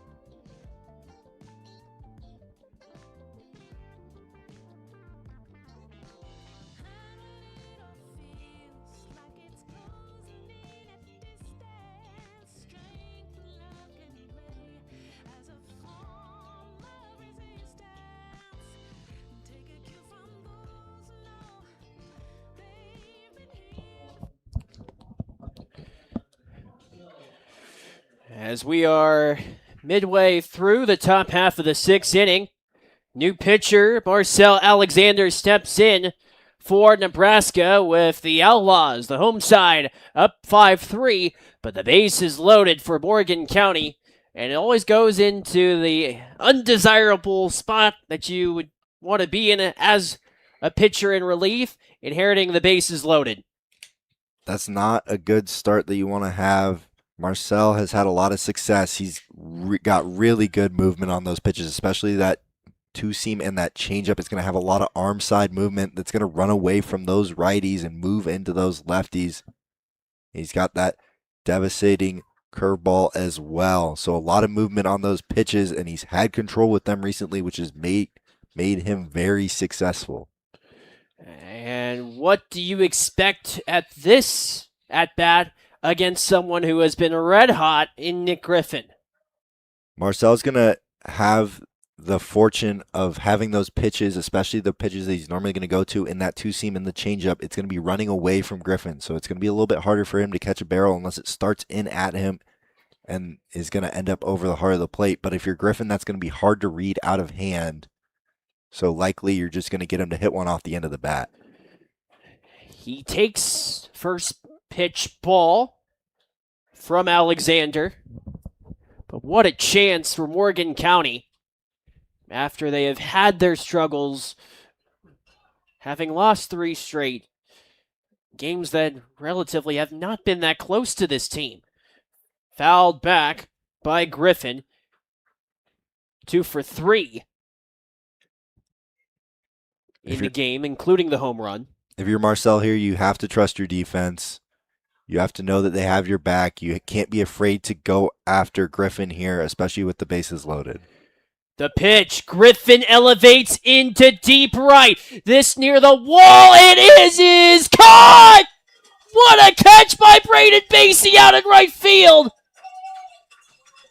And that ends the inning! Wow! Against the right field wall, Basie makes the catch and limits the damage to no runs off of no hits, no errors. As Morgan County leaves them stranded, we go to the bottom of the 6th inning with our score, Nebraska 5, Morgan County 3.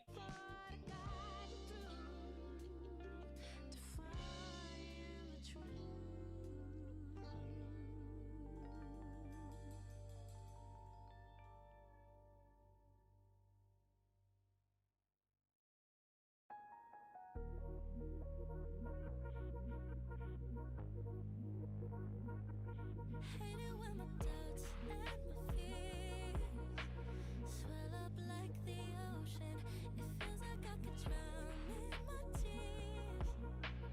Everything's overflowing. Scared that I won't get it right, get it right. My nerves are working overtime, overtime. Tell myself to calm down and breathe. Step out of the shadows, into the fire.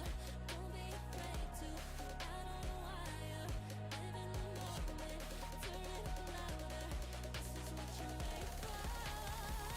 You just gotta be fearless. You just gotta be fearless. You just gotta be fearless. You just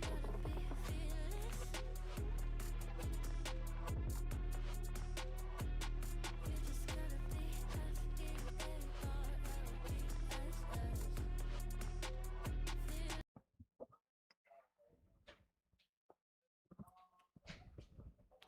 We begin the bottom of the 6th inning from Gering, Nebraska. Oregon Trail Park is the scene. Danny Abog joined alongside Bob Parsons after we saw an incredible catch by Braden Basie. With the bases loaded and 2 outs, Basie makes the catch, and Morgan County with a blank 6th inning.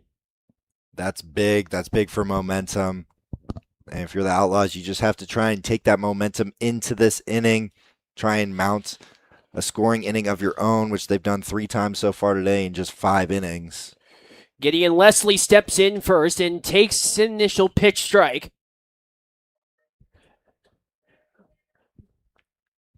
So the story at this stage for Nebraska, 2 of their last 3 games, check swing, and somehow Leslie didn't go. Runs the count to 2 balls and 1 strike.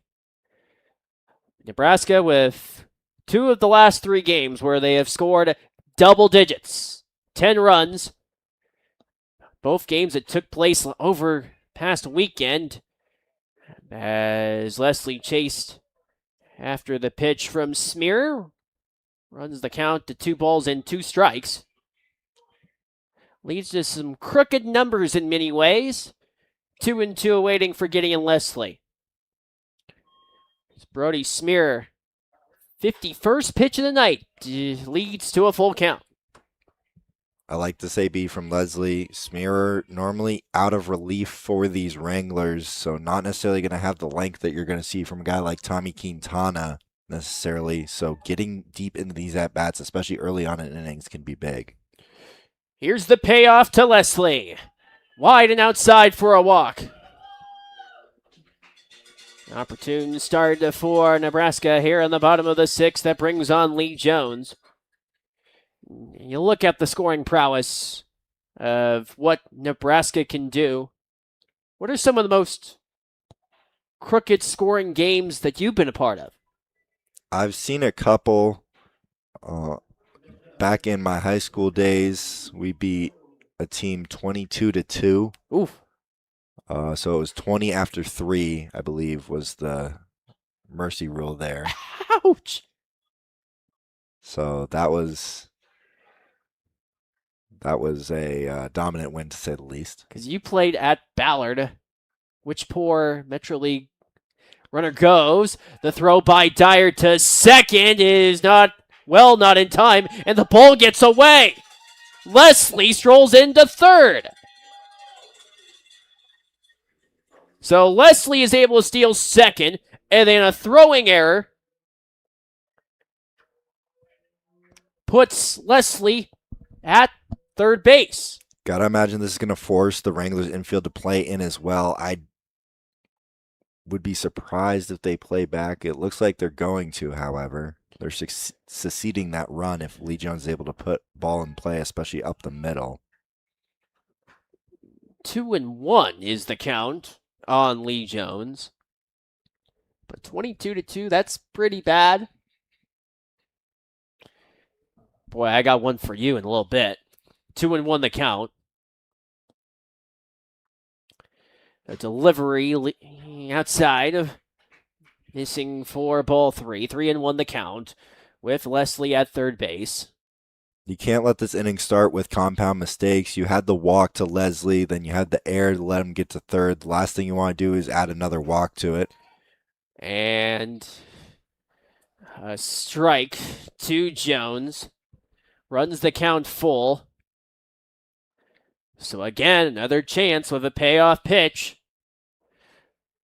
What can Brody Smear do for Morgan County? As he readies against the left-hander, swing and a miss and a strikeout.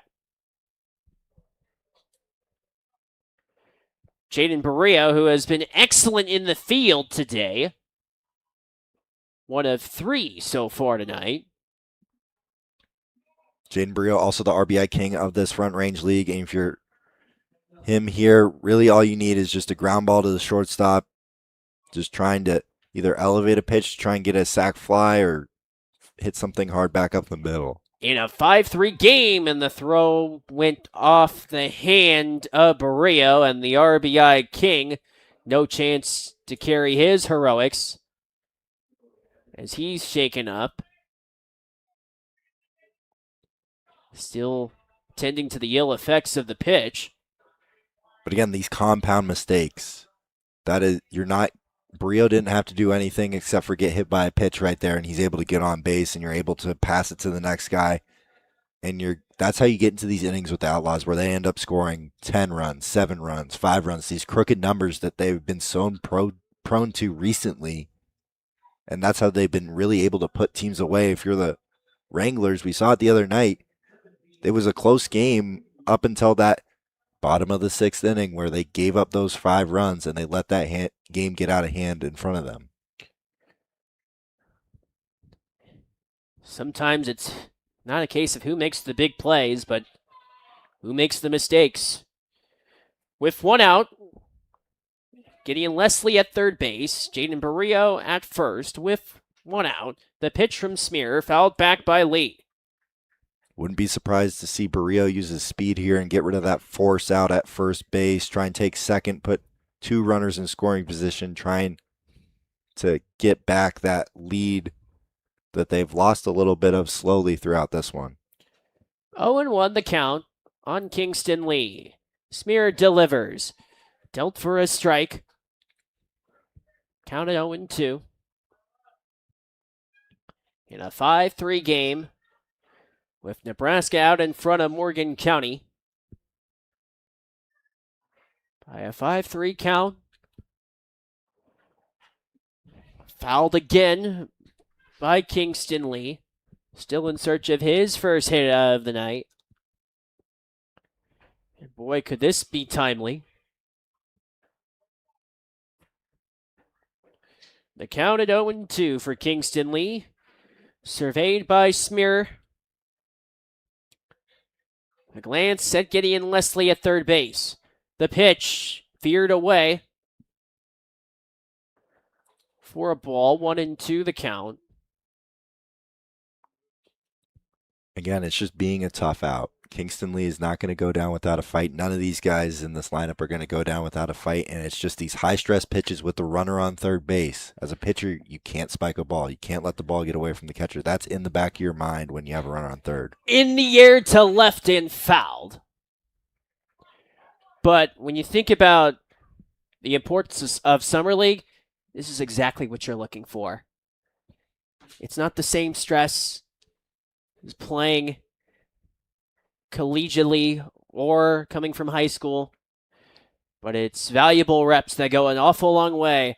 As a 1-2 pitch across the plate, and a pickle nearly generated, and out at first base is Barrio. What a throw from Kyle Dyer. A little bit of a base running mistake there, either on Leslie or Barrio's part. Not sure if that was a planned pickle that Leslie just didn't break on. You sometimes see that of a guy on first trying to get himself out just to help the guy from third score.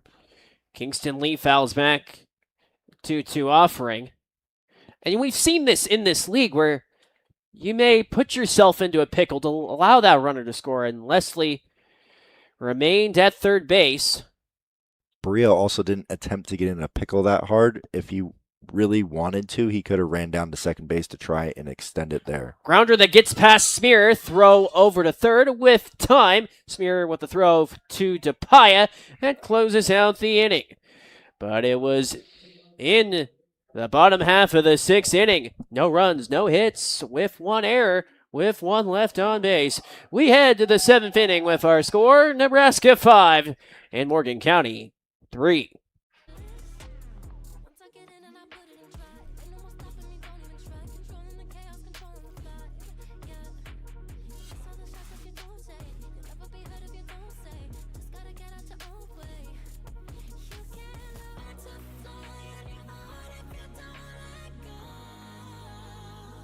Step out of the shadows, into the fire. Don't be afraid to go out on a wire. Live in the moment, turn it up louder. This is what you're made for. You just gotta be fearless. You just gotta be fearless. You just gotta be fearless.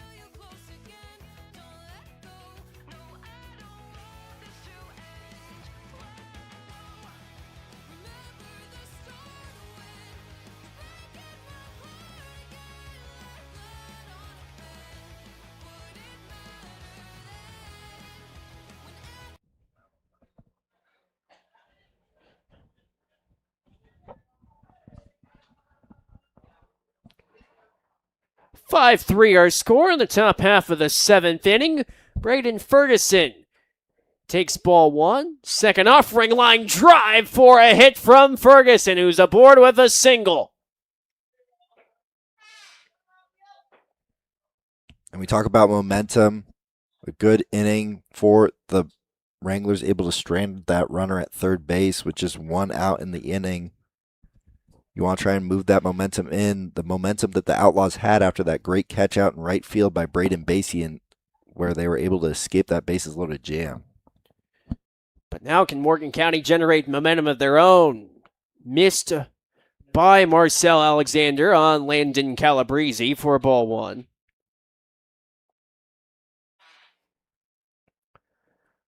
As Alexander readies, the left-hander's pitch fouled away by Calabrese.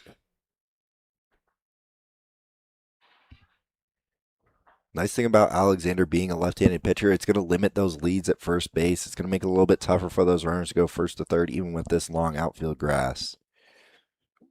When you caught for left-handers, was that something that you particularly enjoyed since the ball came differently as Calabrese fouls back another offering?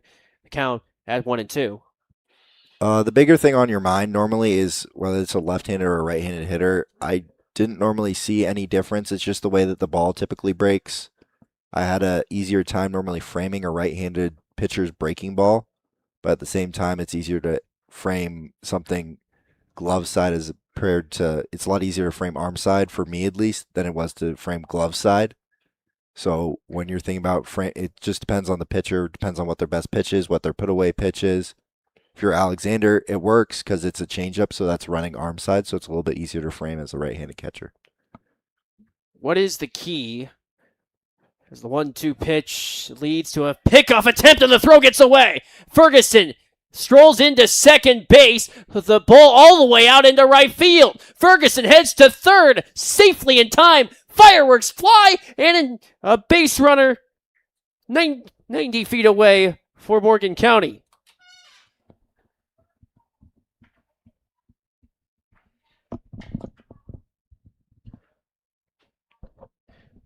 And the Wranglers dealt a gift.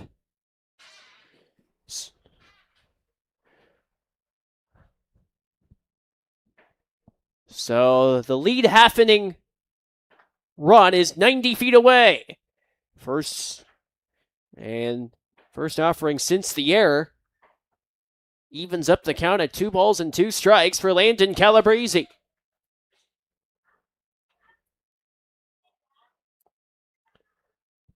Here's the 2-2.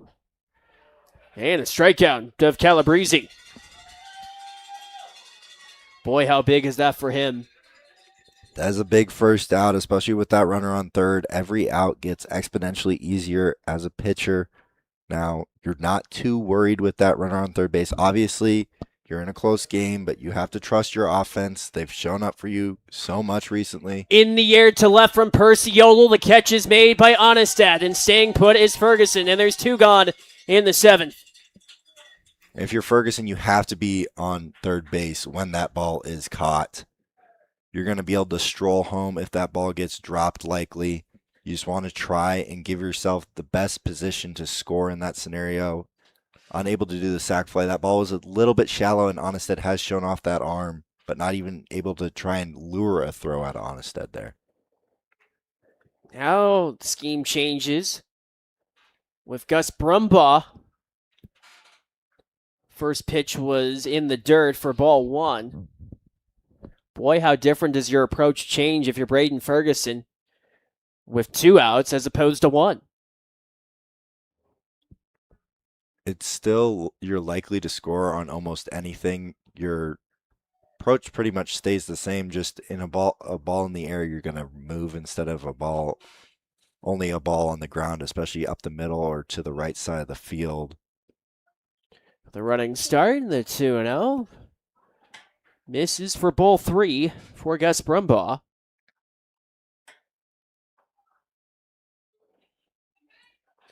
Top of the order up ahead for Morgan County. All this with that of 2 outs. That will pause for station identification in a matter of after 3-1 pitch and a walk. Station identification here, Morgan County Wranglers Radio Network.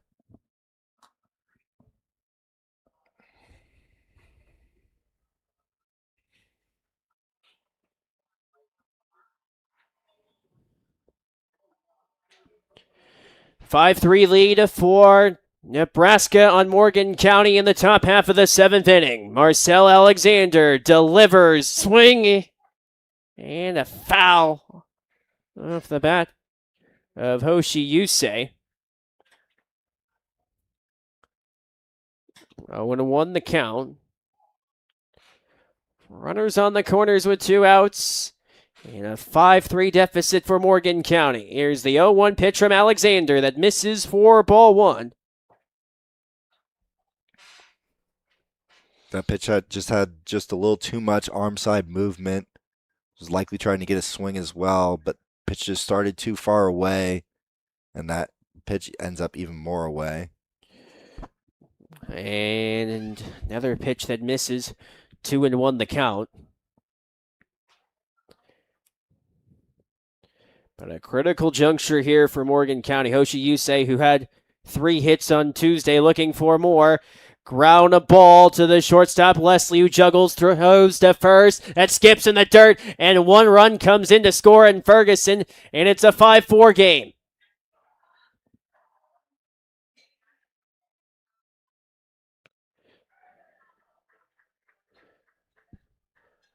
Off a ground ball that was difficult for Leslie to harness and throw. That was juggled by Jones. And with that, the run comes in to score in Braden Ferguson. Makes it a 5-4 contest. Daryl Dolan takes the first pitch ball from Marcel Alexander. 1-0 the count.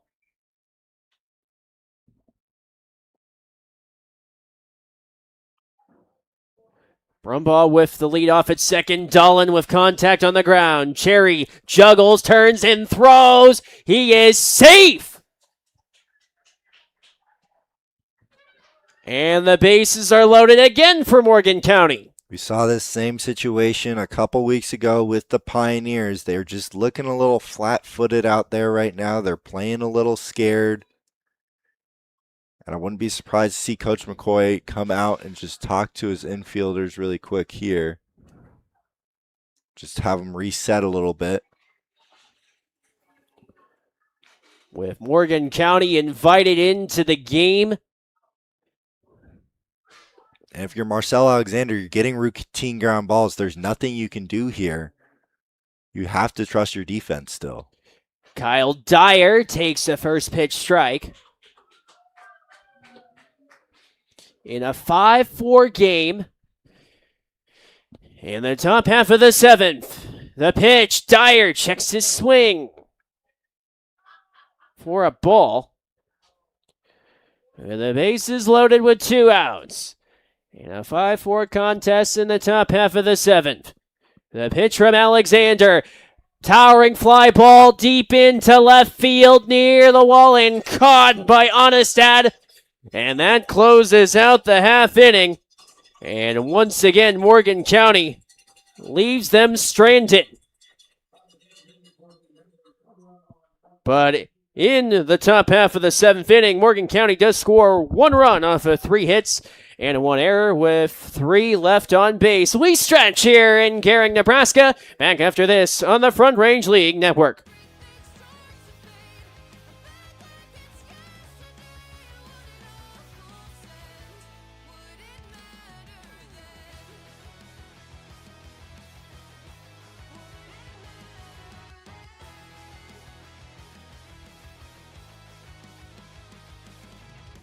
I did it all, I pulled the weight on my shoulders like it was fate. Don't tell me it was for nothing.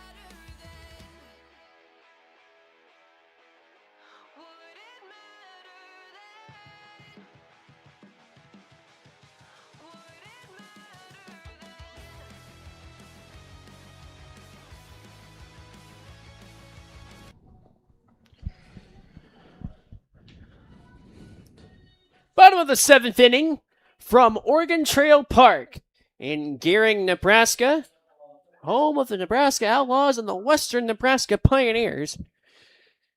Danny Bach joined alongside Bob Parsons as we see Seth Onestad take a first pitch strike. And you talk about battling, and sometimes it might not be pretty for Nebraska, but they are clinging to a 5-4 lead. A ladled bunt that went fouled off the bat of Seth Onestad that was missiled into the dugout. That one just got up and in on Seth there, and that was just a very defensive bunt to just try and get out of the way and try and protect himself in that scenario. So very quickly, the count at 0-2. Ball one. But it's impressive with how this Nebraska team has been so pesky at times. Might not be the most clean of baseball games, especially tonight, but for them to retain that lead is certainly boded to the pedigree that this team has. It's just the chemistry that they have and the team that they have where they want to have the next guy's back. It's that quality at bats, wanting to pass the stick to the next guy, being unselfish. From down 0-2 to a full count for Seth Onestad. The payoff pitch awaits for Seth Onestad from Brody Smear. His windup leads to a strikeout.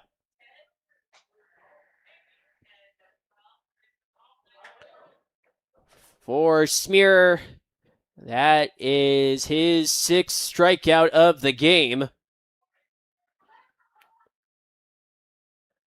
Good for 13 for Morgan County in the contest. Nebraska only with 4 on the night. Combination of Tommy Quintana and Marcel Alexander. First pitch to Grayson Matlock. He's dealt 4, strike 1. It's a little surprising, especially the performances we've seen out of that pitching staff. They've still been able to be successful. Only 2 earned runs so far today, over 7 innings of work, but using diversifying their methods of success today. Yeah, what do they say in other sports? Offense, defense, special teams. They have found new ways to maintain their lead. 1-1 the count. Sinker that leads to ball 2 on Matlock. And there's a book called A Winning Ugly from Brad Gilbert, and that leads to a swing and a miss from Matlock. But Nebraska, they found their ways to win big and also win some close battles down the stretch in recent weeks. Including that game against Western Nebraska, they trailed 10-5. Swing and a miss and a strikeout of Matlock. That's big for Brody Smear to come away with already 2 outs to begin the 7th. You definitely don't want to give up base runners, especially at the bottom of this order, and we've seen how dangerous that top of the order has been. I wouldn't be surprised to maybe see a sub or 2, especially late, especially if this game stays close. You still have Tegan Maloney on the bench. Wouldn't be surprised to see if he gets used tonight. You also have the big, powerful bat of Christian McKernan also over there on the bench. Plenty in reserves for Nebraska. C.J. King swinging a miss for strike 1. Tegan Maloney, a typical outfielder. You're going to see him. We saw him play second base and play it pretty well, but most comfortable out there in the outfield. His throw descends away from catcher Kyle Dyer. 1 ball and 1 strike. With Nebraska, after C.J. King, Bennett Cherry. Man, you think about player of the game. Nebraska would not be where they're at without him tonight and his heroics. Ground and ball that gets past Smear. And this pass, Hoshi Yusei for a single. C.J. King is aboard with a hit tonight for Nebraska. It's really the fight that Tommy Quintana showed tonight that's been most impressive for me. Those 5 2/3 innings, Marcel Alexander able to help him out there and get out of that jam. And Tommy Quintana's night looks pretty good. Only those 2 earned runs on his part.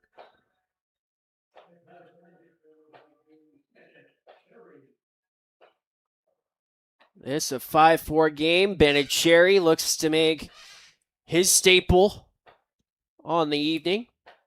The pitch from Smear, fouled back by Cherry.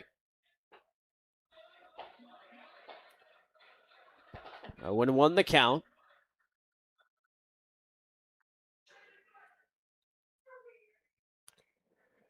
Waiting for Bennett Cherry. The 0-1 pitch with C.J. King at first base with 2 outs.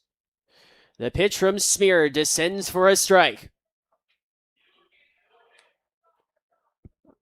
0-2.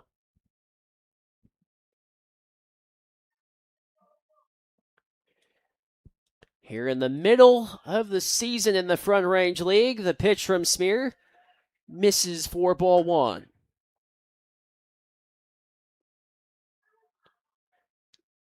And with Nebraska with a 5-game lead on first place against these Wranglers.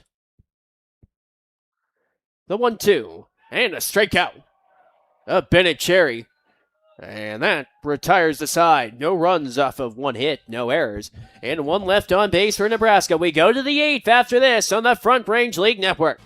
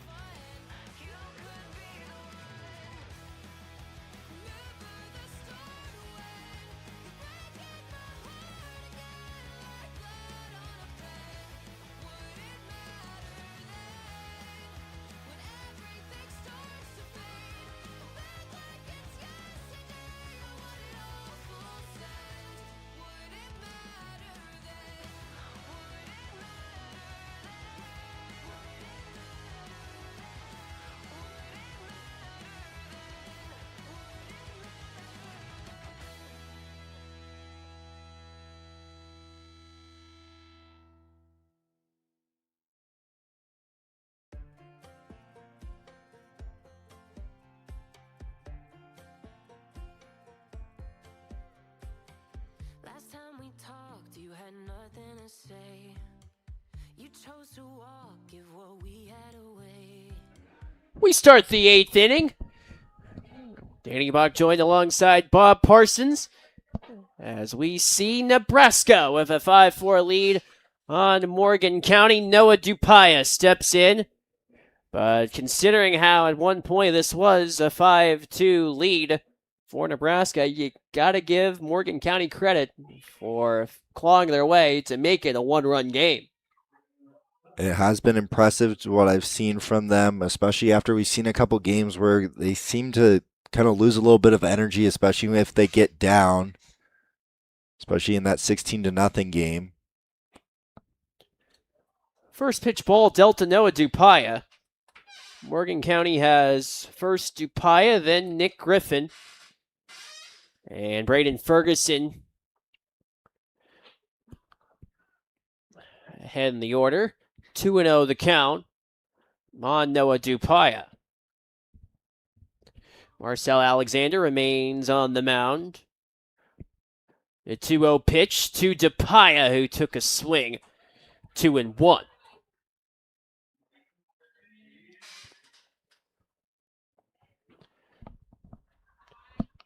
Hits are even at 7 apiece. Errors are also even at 4 apiece. Dupaya into foul territory and into the stands. A lot of symmetry in many regards, except one issue for Morgan County, and that's the scoreboard. Favors Nebraska 5-4. A 2-2 pitch awaiting for Noah Dupaya. As the left-hander Alexander with the windup. The 2-2 across the heart of the plate. Ball 3.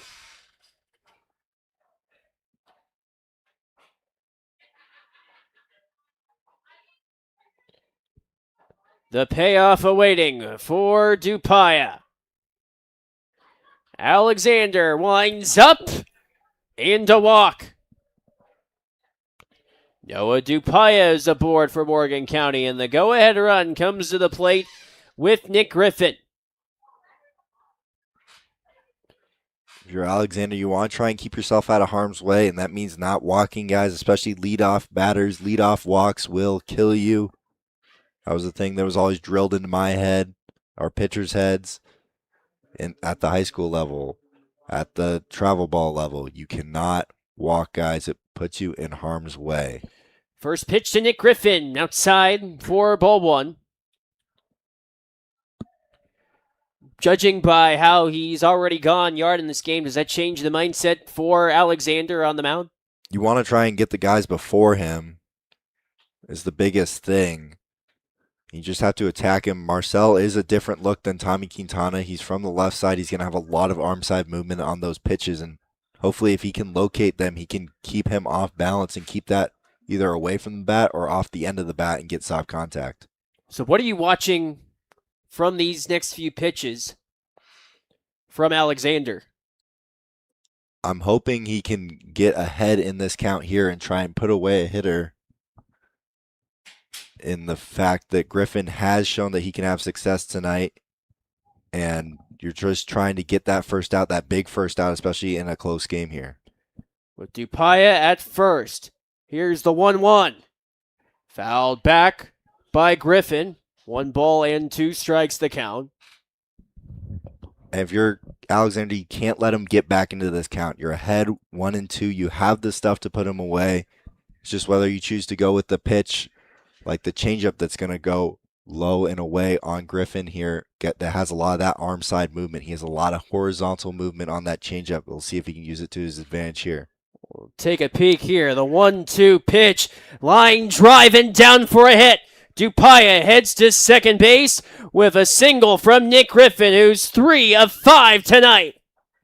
And that one just got too much of the plate, that off-speed. He definitely wanted to bury that off-speed pitch, and that just got too much of the heart of the plate. And for a righty, your eyes just light up. You look at a curveball that's going to start at that up and away corner. It's going to end up in the middle of the plate, and Griffin did not miss it, hitting it right back up the middle.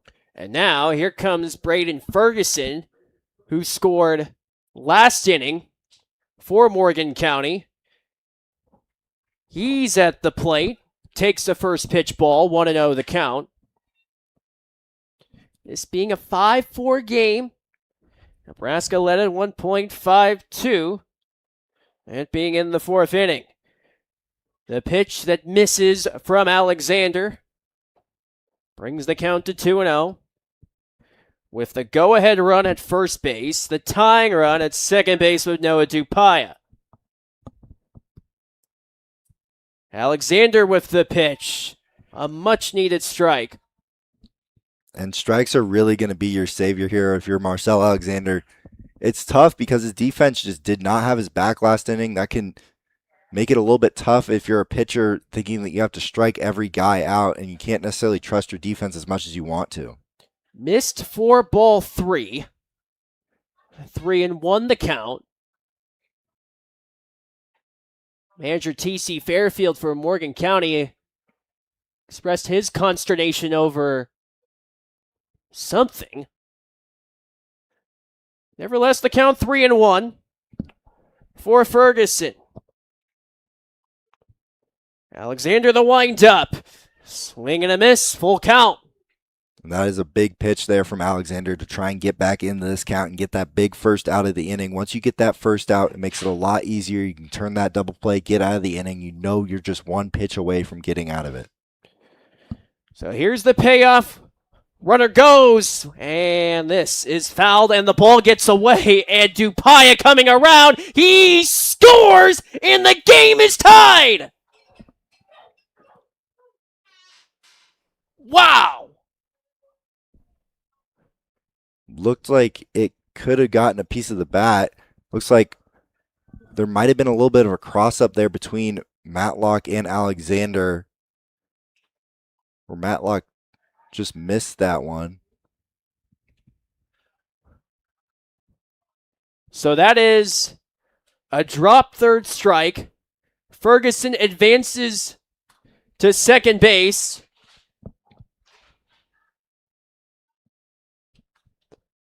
All this in a 5-5 game. First base was occupied, so Ferguson was unable to get to first. However, Griffin is able to get to second on the wild pitch, and Dupaya scores from second on it.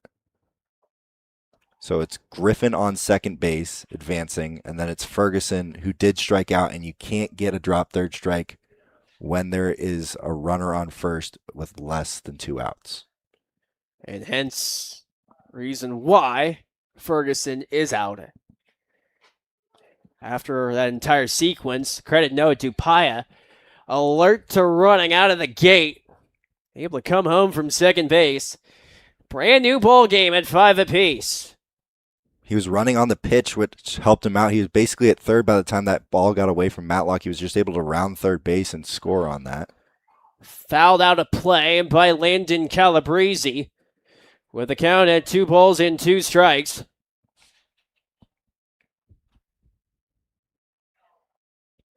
What's going on through the mind of a pitcher in Alexander after relinquishing the lead?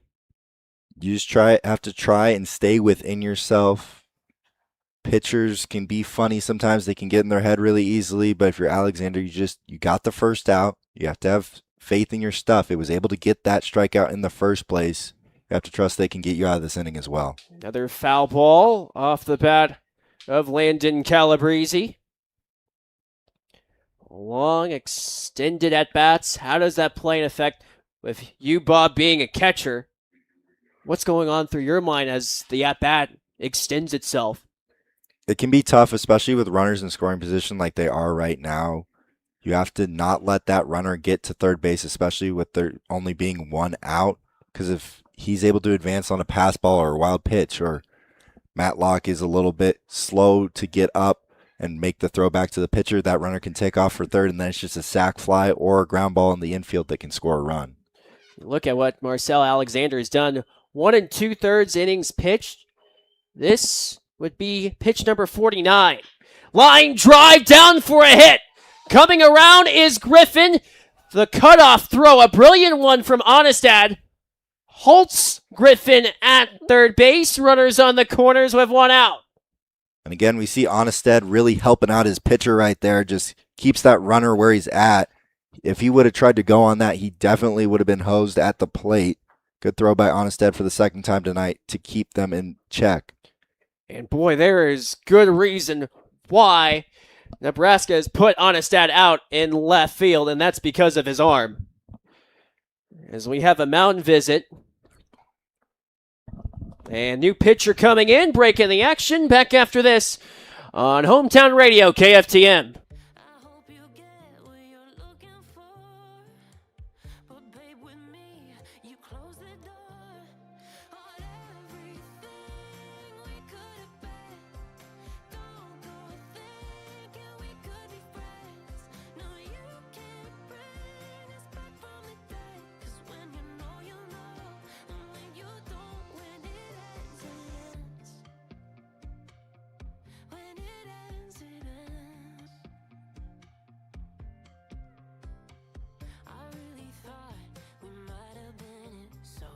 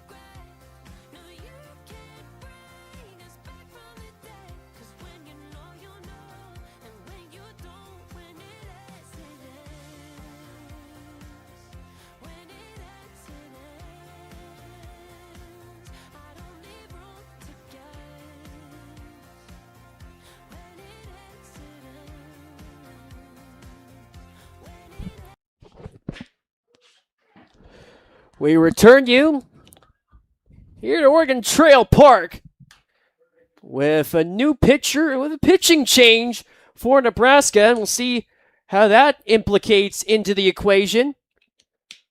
With Percy Odell on deck for Morgan County with 1 out, runners on the corners. First pitch descends for ball 1. That of Bumjin Cho. Percy Odell, the hometown native of Brush, Colorado, one of the home stadiums for the Wranglers, had a big game on Tuesday. Had a bases clearing triple in that game, fouled back by Odell. Brings the count to 0-2. And it's one Skagit Valley athlete to another here. Marcel Alexander to Bumjin Cho. He's going to have a fastball, curveball, splitter mix. He really likes that splitter. Always have to shout out Washington when you have the chance. Out wide, 1 ball and 2 strikes for Cho. Cho's also being back so quickly after having a little bit of shoulder discomfort after that last appearance in Fort Morgan, so it's nice to see him back out there. Here's the 1-2 pitch awaiting. Cho delivers. Foul ball. Cho out of Gwanggi-do, South Korea. Ever been? Have not been to Korea, have not been to Asia. I really like how he's messing with these hitters' timing right here. He's able to go out of the windup. I'm a little surprised that the runner at first base is not trying to take second yet, with that double play still intact. Here's the 1-2. Calabrese on first. And a strikeout of Percy Odell. 2 down. Brings on Gus Brumbaugh. And I can tell you from the hitter side of things, that is one thing that will mess you up and get in your head, because Cho could so easily just go quick and not take that long hold as he takes a step to the side, and he could legally quick pitch the hitter. And I'm a little surprised that if you're Calabrese, you have to see him. Once he takes that step and holds for a sec, you have second base. I'm a little surprised he hasn't tried to take it yet. Well, there's that case, whether you're a pitcher, how fast you like to pace your game at. You can play it to your advantage or have it against you. Brumbaugh. And this drops in front of Matlock. Playing keep away for good measure with Nick Griffin at third base. Calabrese on first with 2 outs. For Morgan County, having tied the game in the top half of the 8th at 5 apiece. Cho delivers. Missed. 2-0 the count. What's going on through your mind if you are Gus Brumbaugh? If you're Gus Brumbaugh, you have to have the same approach, just trying to put together a team at bat, especially here with 2 outs, knowing that a lot of things work right here. Takes the strike, 2-1 the count. As the long standoff continues, here is the 2-1 pitch from Bumjin Cho. Strike 2. And for Gus Brumbaugh, you also have to know that that defense has not been playing up to par tonight, so all you have to do is really put a ball in play. You don't necessarily have to do a ton with it to make something happen, especially hitting it hard back up the middle. It's going to give you a good opportunity, especially with those middles. Bennett Cherry's playing really deep into that 4-hole, and Leslie's playing really far into that 6-hole. So if you can get it past Cho, you're likely to reach first base. Not only to reach first base, but also bring the go-ahead run into score, perhaps. 2-2 to Gus Brumbaugh with 2 out.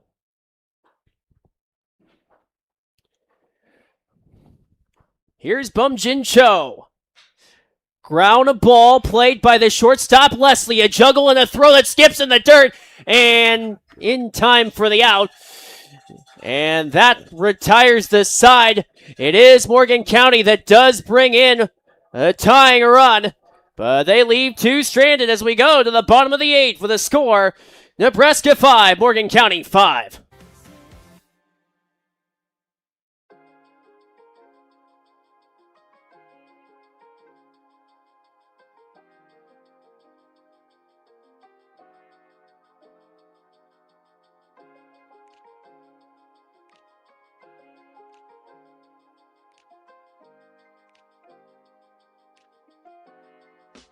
the first moment I saw you, I knew I had to make you mine. Wanted to know everything about you. I didn't want to waste no time. What's something I can do for you, darling? That would make you smile. I'll bring you flowers, girl. Enough to see for miles. Something's changed, baby, this I know. Summer rains turn to winter snow, but I promise you for sure, girl, my love is always yours. Something's changed, baby, this I know. Summer rains turn to winter snow, but I promise you for sure, girl, my love is always yours. I love your style. Bottom of the eighth inning, 5-5 tie between the Morgan County Wranglers and the Nebraska Outlaws. Danny Bach joined alongside Bob Parsons. You talk about entertaining games between these two teams. We've been awfully starved for that between these two sides. Boy, we've gotten a good one so far here tonight. Yeah, for sure. It's 5-5 so far. It'll be interesting to see if the Outlaws can respond once again. They were able to do it earlier today and get that lead in the first place. It'll be interesting to see, especially with the top of the order coming up. This is going to be a big inning to decide whether we play 9 or we're going to get extra baseball tonight. Do we have to get through the 8th first before we reach that point. First pitch leads 2-1 with Percy Odell pitching for Morgan County. One thing you'll see in this league a lot, position players seeing plenty of reps on the mound. You also see a couple two-way players as well. They have a couple here on this Wranglers team in Dupaya. In the air, deep to left. This trailing near the fence. This descends to the back wall as Braden Basie is aboard with a leadoff double. Basie showing why he is the leadoff man and has been the best hitter in this lineup so far this year. Has a double and a triple tonight. Has just been retired that one time on that bit of a quirky strikeout back in the 5th inning.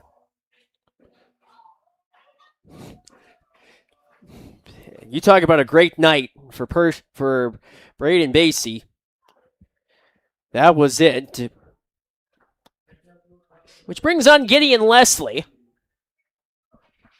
as he watches one sizzle near his face for ball 1. Leslie already has 3 RBIs on the night. See if he can add on to that here. He's been swinging a hot bat for these Outlaws. Fouled back, out of play, 1 ball and 1 strike. And I've really liked his approach at the plate as well. When he had Basie on second base in that first at-bat, he was trying to work the ball the other way. Would like to see him do that again, especially with Hoshi Yusei playing so close to that bag, trying to keep the good base runner and Basie on second base. Here's the 1-1. Fouled away, 1 ball and 2 strikes. With the go-ahead run at second base and Braden Basie.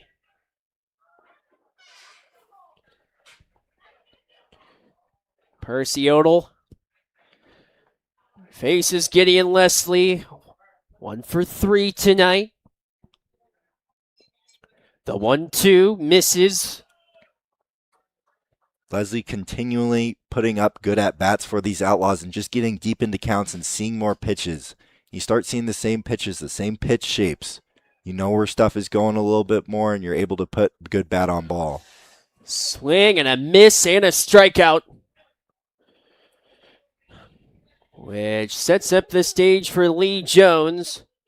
1 of 2 tonight. It's Percy Odell hitting in relief. Faces Jones for the first time tonight with 1 out. All this in the bottom half of the 8th inning in a 5-5 game. Pitch from Odell. Swinging strike on the part of Jones. And Jones wants that one back a little bit. These next two bats for the Outlaws have combined for over 30 RBIs this summer as we're halfway through. Jaden Barrio, the RBI leader of the Front Range League, on deck. And Lee Jones, the 6'5" man from Toronto, has no shortage of power here. Leafs have been making big moves in many regards. Toronto Argonauts just started their season. Are you big into the Canadian League for football? Can't say that I am. My NFL team, however, is coming off a Super Bowl win. No comment. Here's the 0-2. Outside, 1 ball and 2 strikes. And if you're Lee, you just want to try and make your way back into this at-bat. He's seen a lot of pitches today. He's seen 3 full counts already. I assume the goal's got to be the same here, just trying to see pitches, find one that you can make him pay for a mistake. Here's the 1-2 offering from Percy Odell. Runner goes in the air, shallow center. Backpedaling is Griffin. He makes the catch. Tagging at second base is Braden Basie. 2 down. And what a smart play by Nick Griffin, able to hold up Basie at second base. So here is that RBI king in Jaden Barrio. As he looks for another set of heroics. Begins the pitch fouled out of play. I talked to Jaden earlier today. He just really wants to simplify his approach in these clutch moments. Just try and find a pitch to attack and put good bat on it. He's done it so far today, was able to hit that single, was able to reach on that error by the catcher. Counted 0-2. But it's in those cases where you don't want to think. You want to go to your instincts and play your game. That's all you want to do, and the more you think, the more inopportune it can get. Swing and a miss and a strikeout. And that retires the side. The bottom half of the 8th inning, no runs scored off of 1 hit, no errors, and 1 left on base. We head to the 9th inning, deadlocked at 5 apiece here on the Front Range League Network.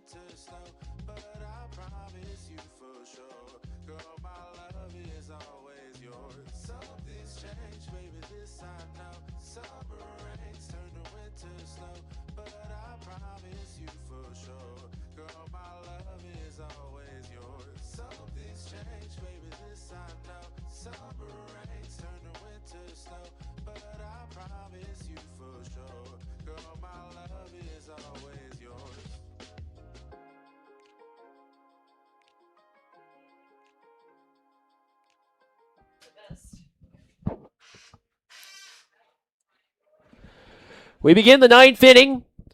Tie game at 5 apiece between Nebraska and Morgan County. Danny Bach joined alongside Bob Parsons on what has been a very competitive game throughout.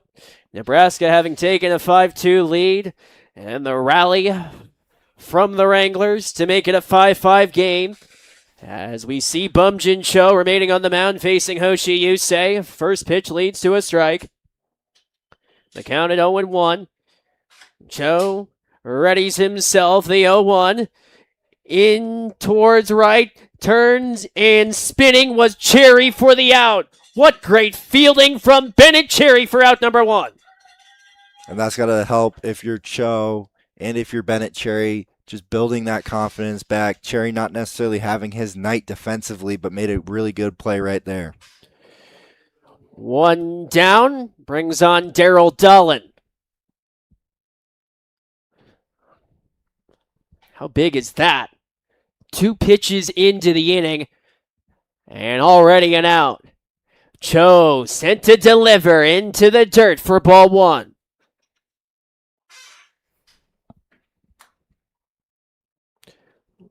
This is really going to tell you what this game is going to look like. This is their opportunity right after the Outlaws had their opportunity with the top of the order. 2-0 the count as the pitch from Cho sinks in the dirt. With 1 out. It's a case of batter by batter looking to aim your way out of the inning if you're Bumgin Cho. Daryl Dolan, certainly with other intentions. He's 2 for 4 tonight.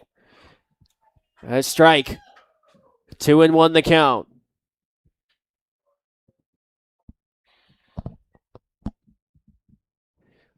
Standoffs that only continue down the stretch. Here is the 2-1 pitch from Bumgin Cho on Daryl Dolan. The windup and the 2-1 pitch in the air to center field and down for a hit. Daryl Dolan is aboard for Morgan County.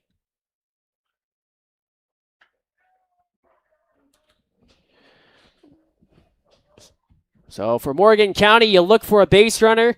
You got one. And next up is Kyle Dyer. And for Dyer here tonight, for Morgan County, has yet to record a hit in this game, but he has walked twice. First pitch to him leads to ball 1. 1-0 the count on Kyle Dyer.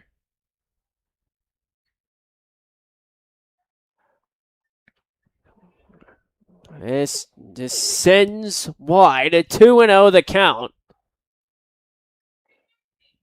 How much of the strike zone are you aiming for if you're Bumgin Cho? With the 2-1, 2-0 pitch leading to strike 1. You have to be trying to attack the zone here. You want to try and get that soft contact, get that ground ball, get out of this inning, give your offense a chance to go win the game. Here's the 2-1. Fouled back by Dyer. 2 balls and 2 strikes for the Morgan County catcher. Keep in mind, these 2 teams to meet again tomorrow at 6:35. No rest for the weary, perhaps, depending on how long we go tonight. Into the dirt, full count. If you're the Outlaws, you're likely going to call on the arm that just threw 6 shutout innings against the same Morgan County team in Alon Seepersod tomorrow.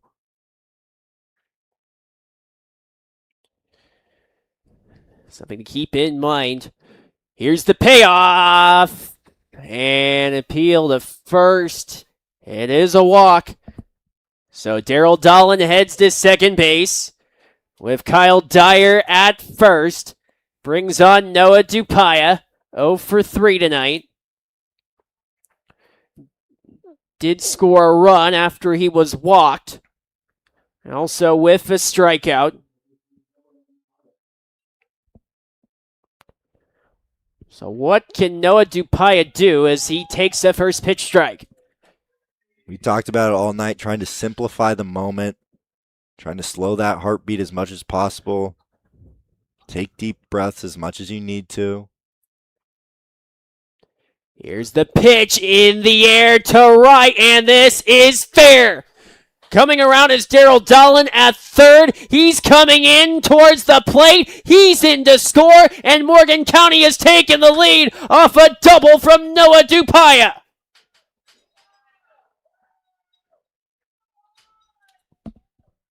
And if you're Bumjin Cho, you have to know that you still have 2 outs to go, and these are still important runs. Yes, you gave up the lead, but your offense is so potent, and scoring a run for these Outlaws, especially as of late, has not been that difficult, and you want to try and keep them in the game as much as possible.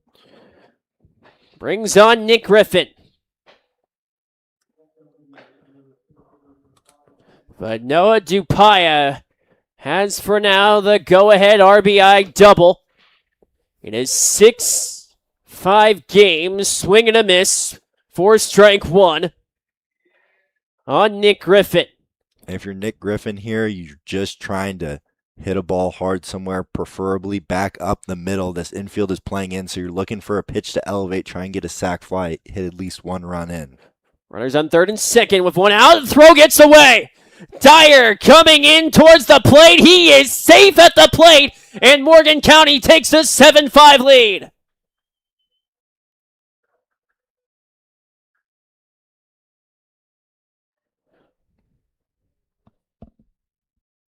Approach stays the same here. Still a runner on third base. Less than 2 outs. You're still trying to find a pitch to elevate here from Cho and try and get that run in. And if you're Cho, you're often not trying to go for a strikeout as a pitcher, but in this situation, a strikeout would be huge.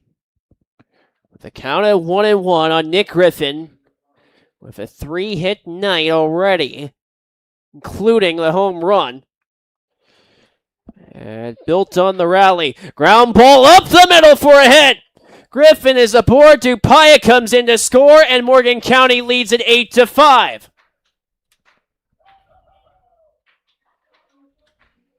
Exactly what you're looking for if you are the Wranglers, as they have trailed at 1 point by 3. They have taken a 3-run lead at 8-5. But staying steady Eddie. That's been the story of Morgan County. Activity in the bullpen for Nebraska. But with 3 runs scored in the top half of the 9th inning, and you have to credit this Morgan County team going up against a Nebraska team they have had their struggles with in recent weeks. They have scored in the last 3 innings, 4 of the last 5, which includes a 3-run 9th inning to open up the game.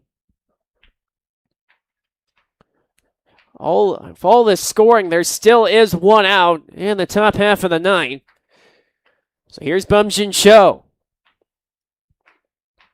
Sinker that leads to a ball.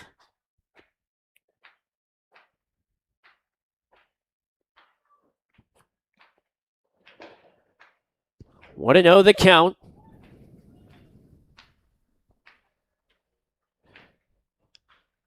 Fouled out of play. Runs the count to 1 ball and 1 strike. Leading off is Kingston Lee to start the bottom half of the 9th for Nebraska. Here's the 1-1 pitch to Braden Ferguson from Bumjin Cho. Ferguson calls for time. So again, the 1-1 pitch. Waiting for Braden Ferguson. Chopper that goes over the head of C.J. King. Griffin to second off a single from Braden Ferguson.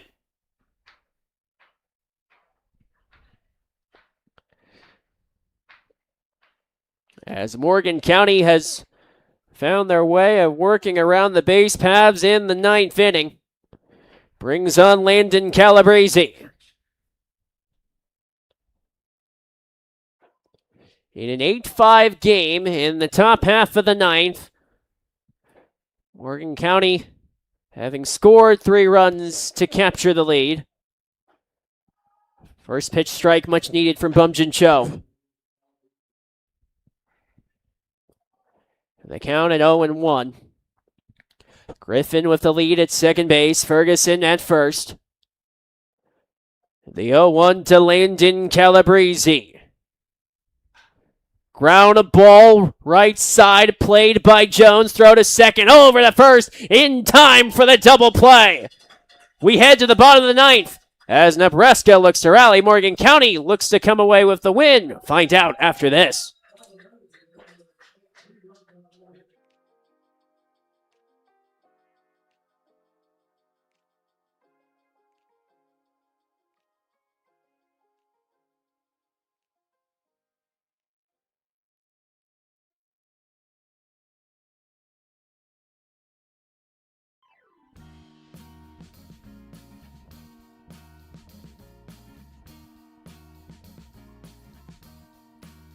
I am waiting for a bus at the end of the night. Under street lamp, bent face flamed by the light. I'm going away. Gone away. Gone away. And the sun gonna shine on a brand new day.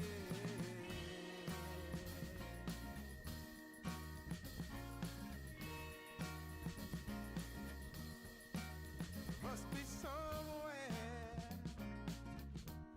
welcome me into the fold. Blooming flowers, yes, my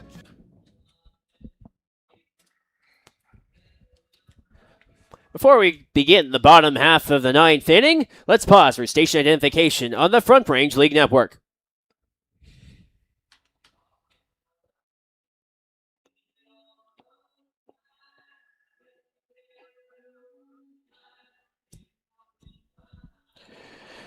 Eight-5 lead for Morgan County as we head to the bottom of the ninth inning after the Wranglers have scored that of 6 unanswered runs to take the lead.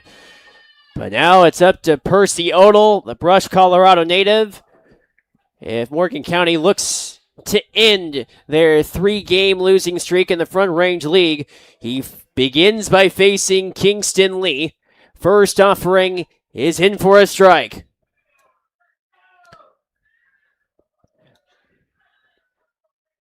And it's a process of not thinking in many regards. The count at 0-1. In an 8-5 game, the pitch from Odell. Fly ball into center field. Nick Griffin backs up near the wall, and this is off the wall. Kingston Lee with a leadoff double to begin the bottom of the ninth. As he steps off the bag, and he is out. Or is he? Looks like Kingston Lee just trying to get time right there. The umpire finally gives it to him. He's able to get that double right there. So it was a double.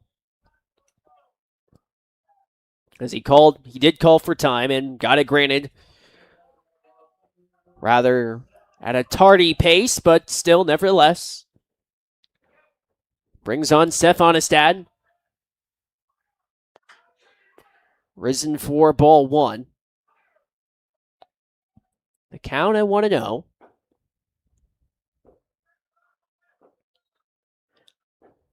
Odell's pitch to Onestad. Misses. Leads to ball 2.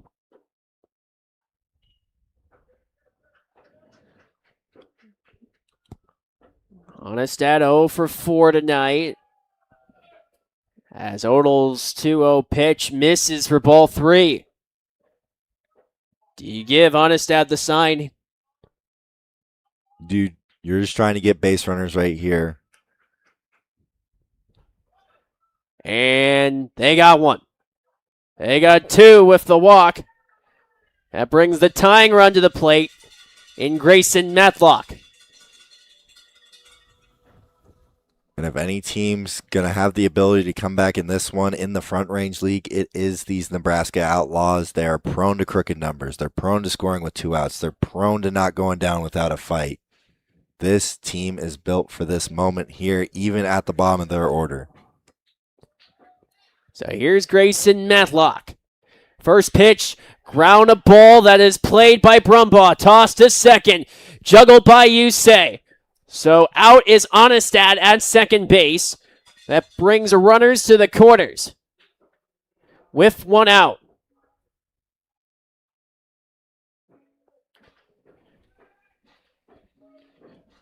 So again, the tying run is at the plate with CJ King with 1 gone.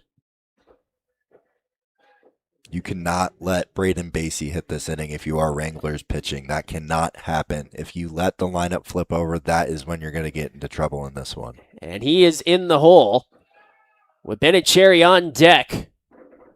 1-0 the count with Kingston Lee, who led off the inning at third base. Madlock at first. Swing and a miss. Count evened up at 1 ball and 1 strike.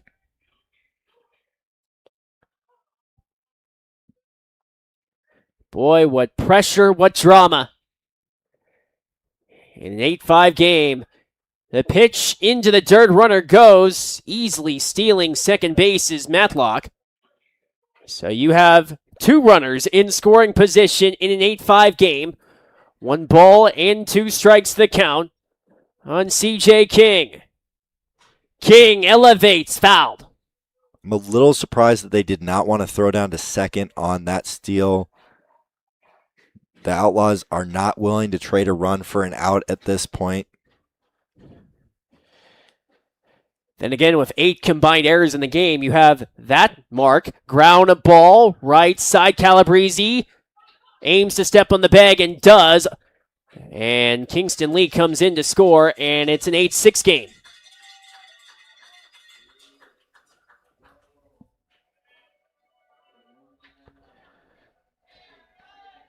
So once again, the tying run comes to the plate.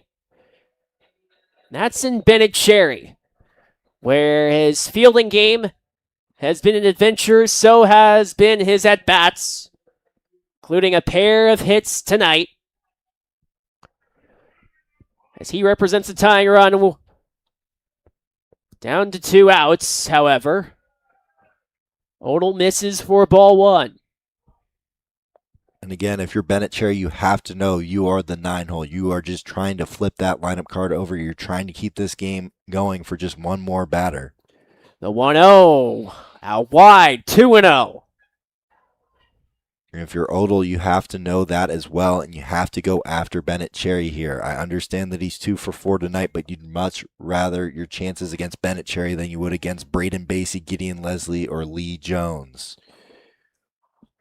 The 2-0 into the dirt. 3-0 the count.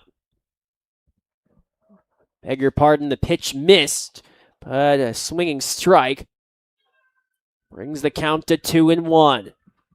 Again with Matlock at third base, 2 outs in the bottom of the 9th, down by 2. The pitch, and this is fouled. 2 balls and 2 strikes, and Nebraska is down to their final strike.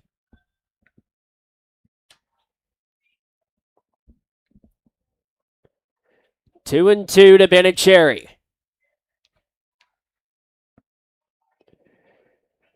The Brush, Colorado native, Percy Odell with the 2-2 pitch.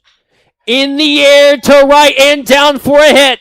Matlock comes in to score, and the go-ahead run comes to the plate off a 2-out RBI single from Bennett Cherry.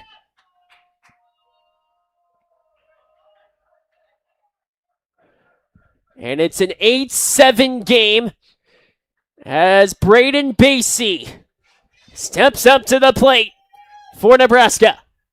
And if you are Coach McCoy, there is no other bat you want up right now. 2 of your best bats in this lineup are the next 2 guys coming up to the plate. Braden Basie has shown what he can do, an above 400 on base, above 400 batting average, above 600 on base percentage. He already has 2 extra base hits tonight.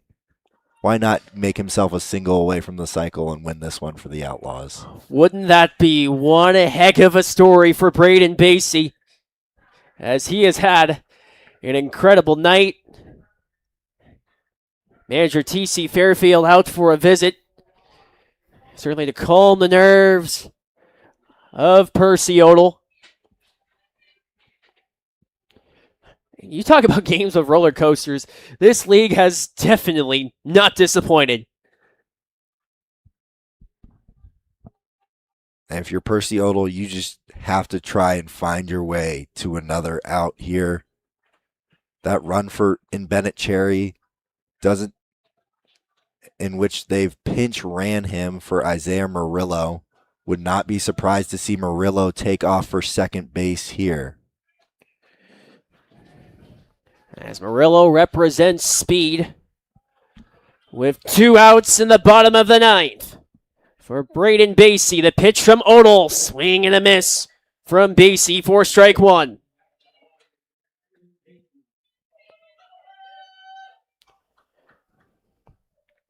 With Murillo with the lead at first base. Here's the 0-1 pitch inside for a ball.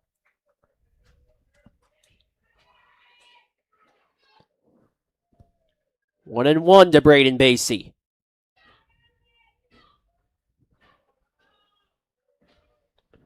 Odell set to deliver. The 1-1. Popped up in the air to right. Calabrese underneath it. He makes the catch, and Morgan County wins the game.